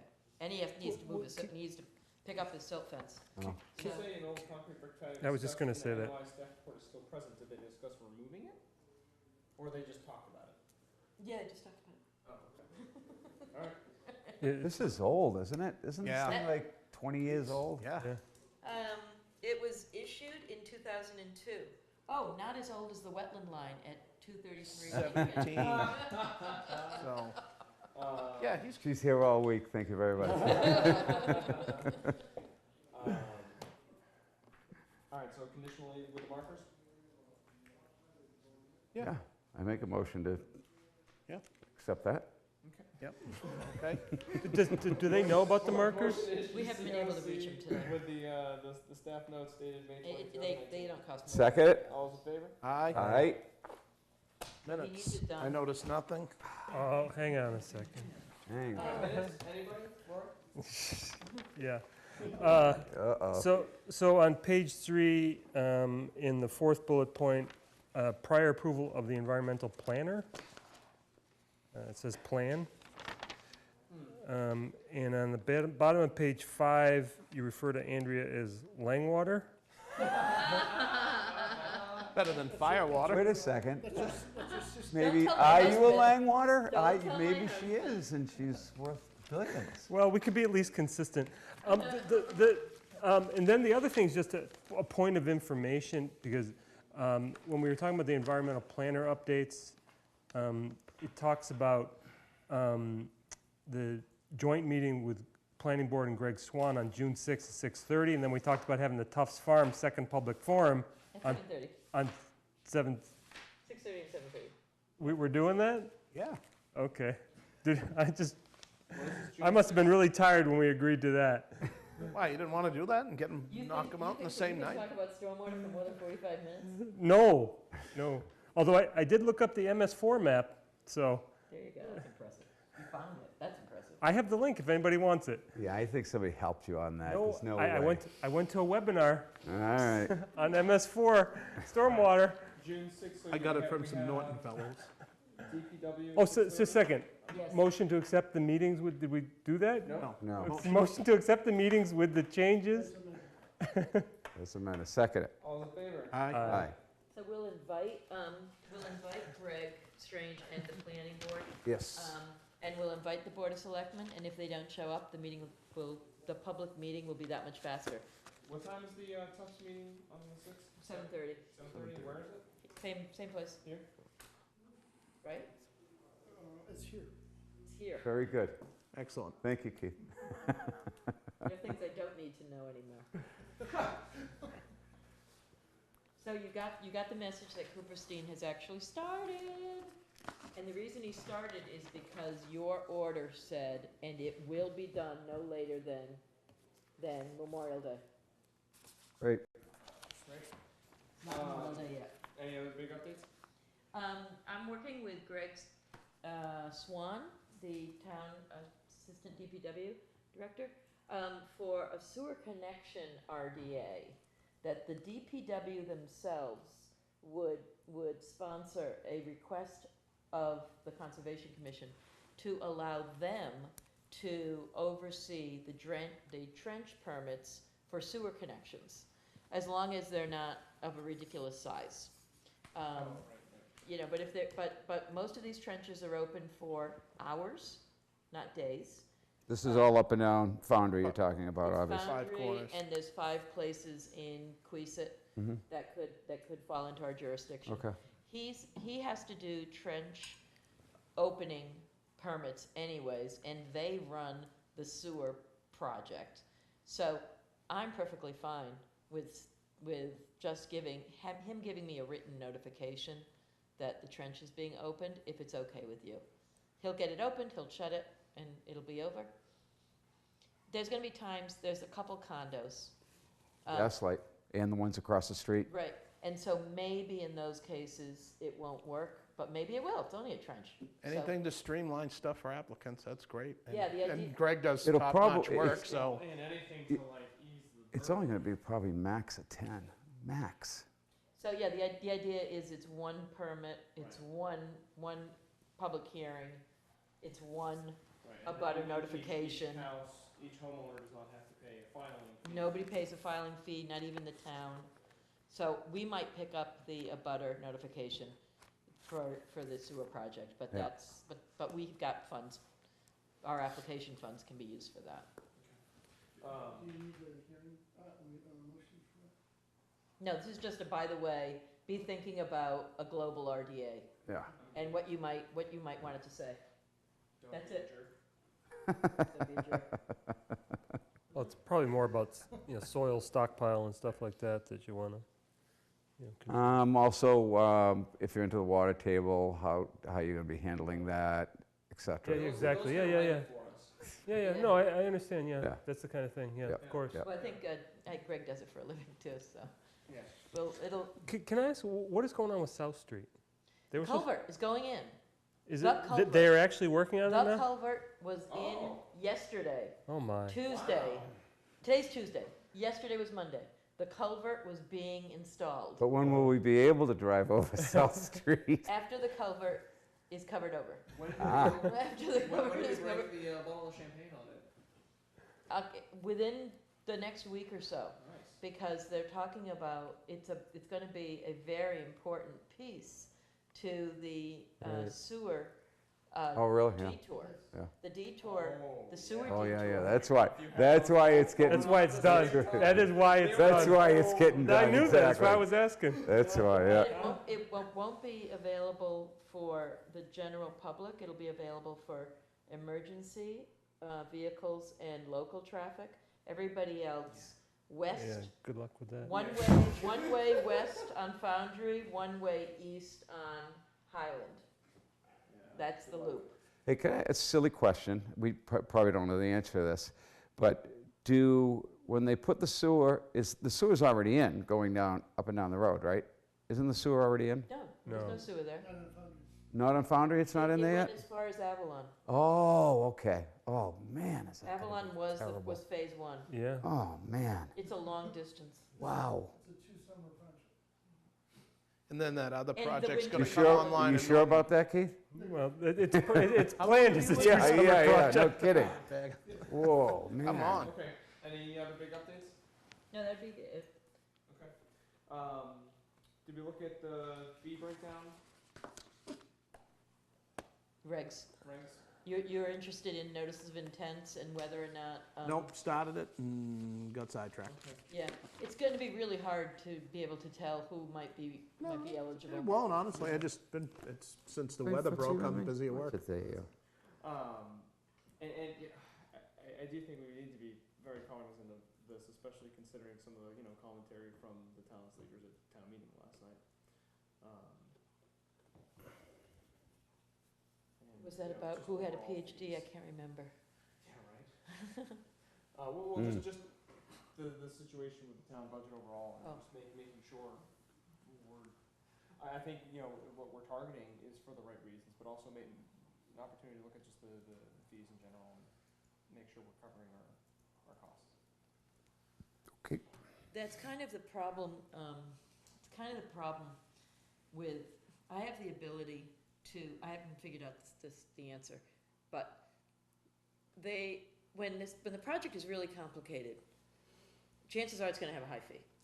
So that extra fee, I can put right toward a consultant, and so they can handle the difficult stuff, and I can just keep it low key. The problem is the people who need, the moms and pops who need their hands held. They require a lot of staff assistance. That's staff time, which is not, which is, so it means I'm not doing something else. But we have application fee money that can be used for assistance. So one of the things Keith is doing is a permit guide, where he doesn't know the regs, backwards and forwards. And so he's writing it as a layperson and trying to figure out how the application works and then telling other people how it works. So that's the kind of stuff we can use the fee money for, is get some educational materials out there. But so the problem I found is that the people who don't bring in their own consultants need assistance, and time I don't have.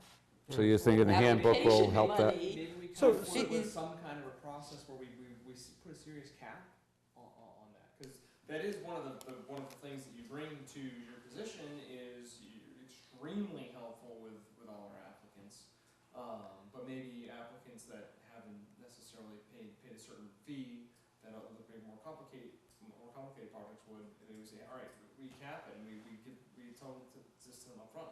Look, we can help you to a certain degree. Past that point, you have to outsource your help. Something to think about. I don't know. It is. It also eats up the time that you could be spending. What I'm hearing Andrea say though is that there may be an opportunity for us to use a consultant more often than maybe we do. Yeah. Because we have the fees. That's exactly the point. When it is, you heard me today. I mean, I don't want to get into a pissing match with people. Let's get somebody else to do that. But getting the local, having just someone, permitting assistance, having someone that they can call and. Okay. You got to address an equity issue, though. No, I don't have an issue We have to with that. address It's an a equity good issue. idea. I'd have to take a hard look at it because I'm loath to return to what was here prior to all of us. Yeah, I agree with that. Which was just, everything was the consultant. And I know a lot of the stuff that you're tasked with doing has nothing to do with this board and your duties there. But on the other hand, people are a bit overwhelmed with fees and taxes. We got a debt exclusion coming up, people talking about an override, and we have the largest planning department around.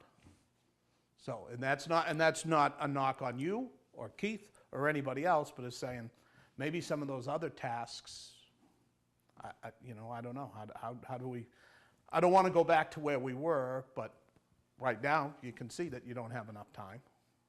So I'm just, there'd have to be certain parameters to. It'd be nice to maintain. If they can handle it like she does, if we could have somebody to do that, would be wonderful.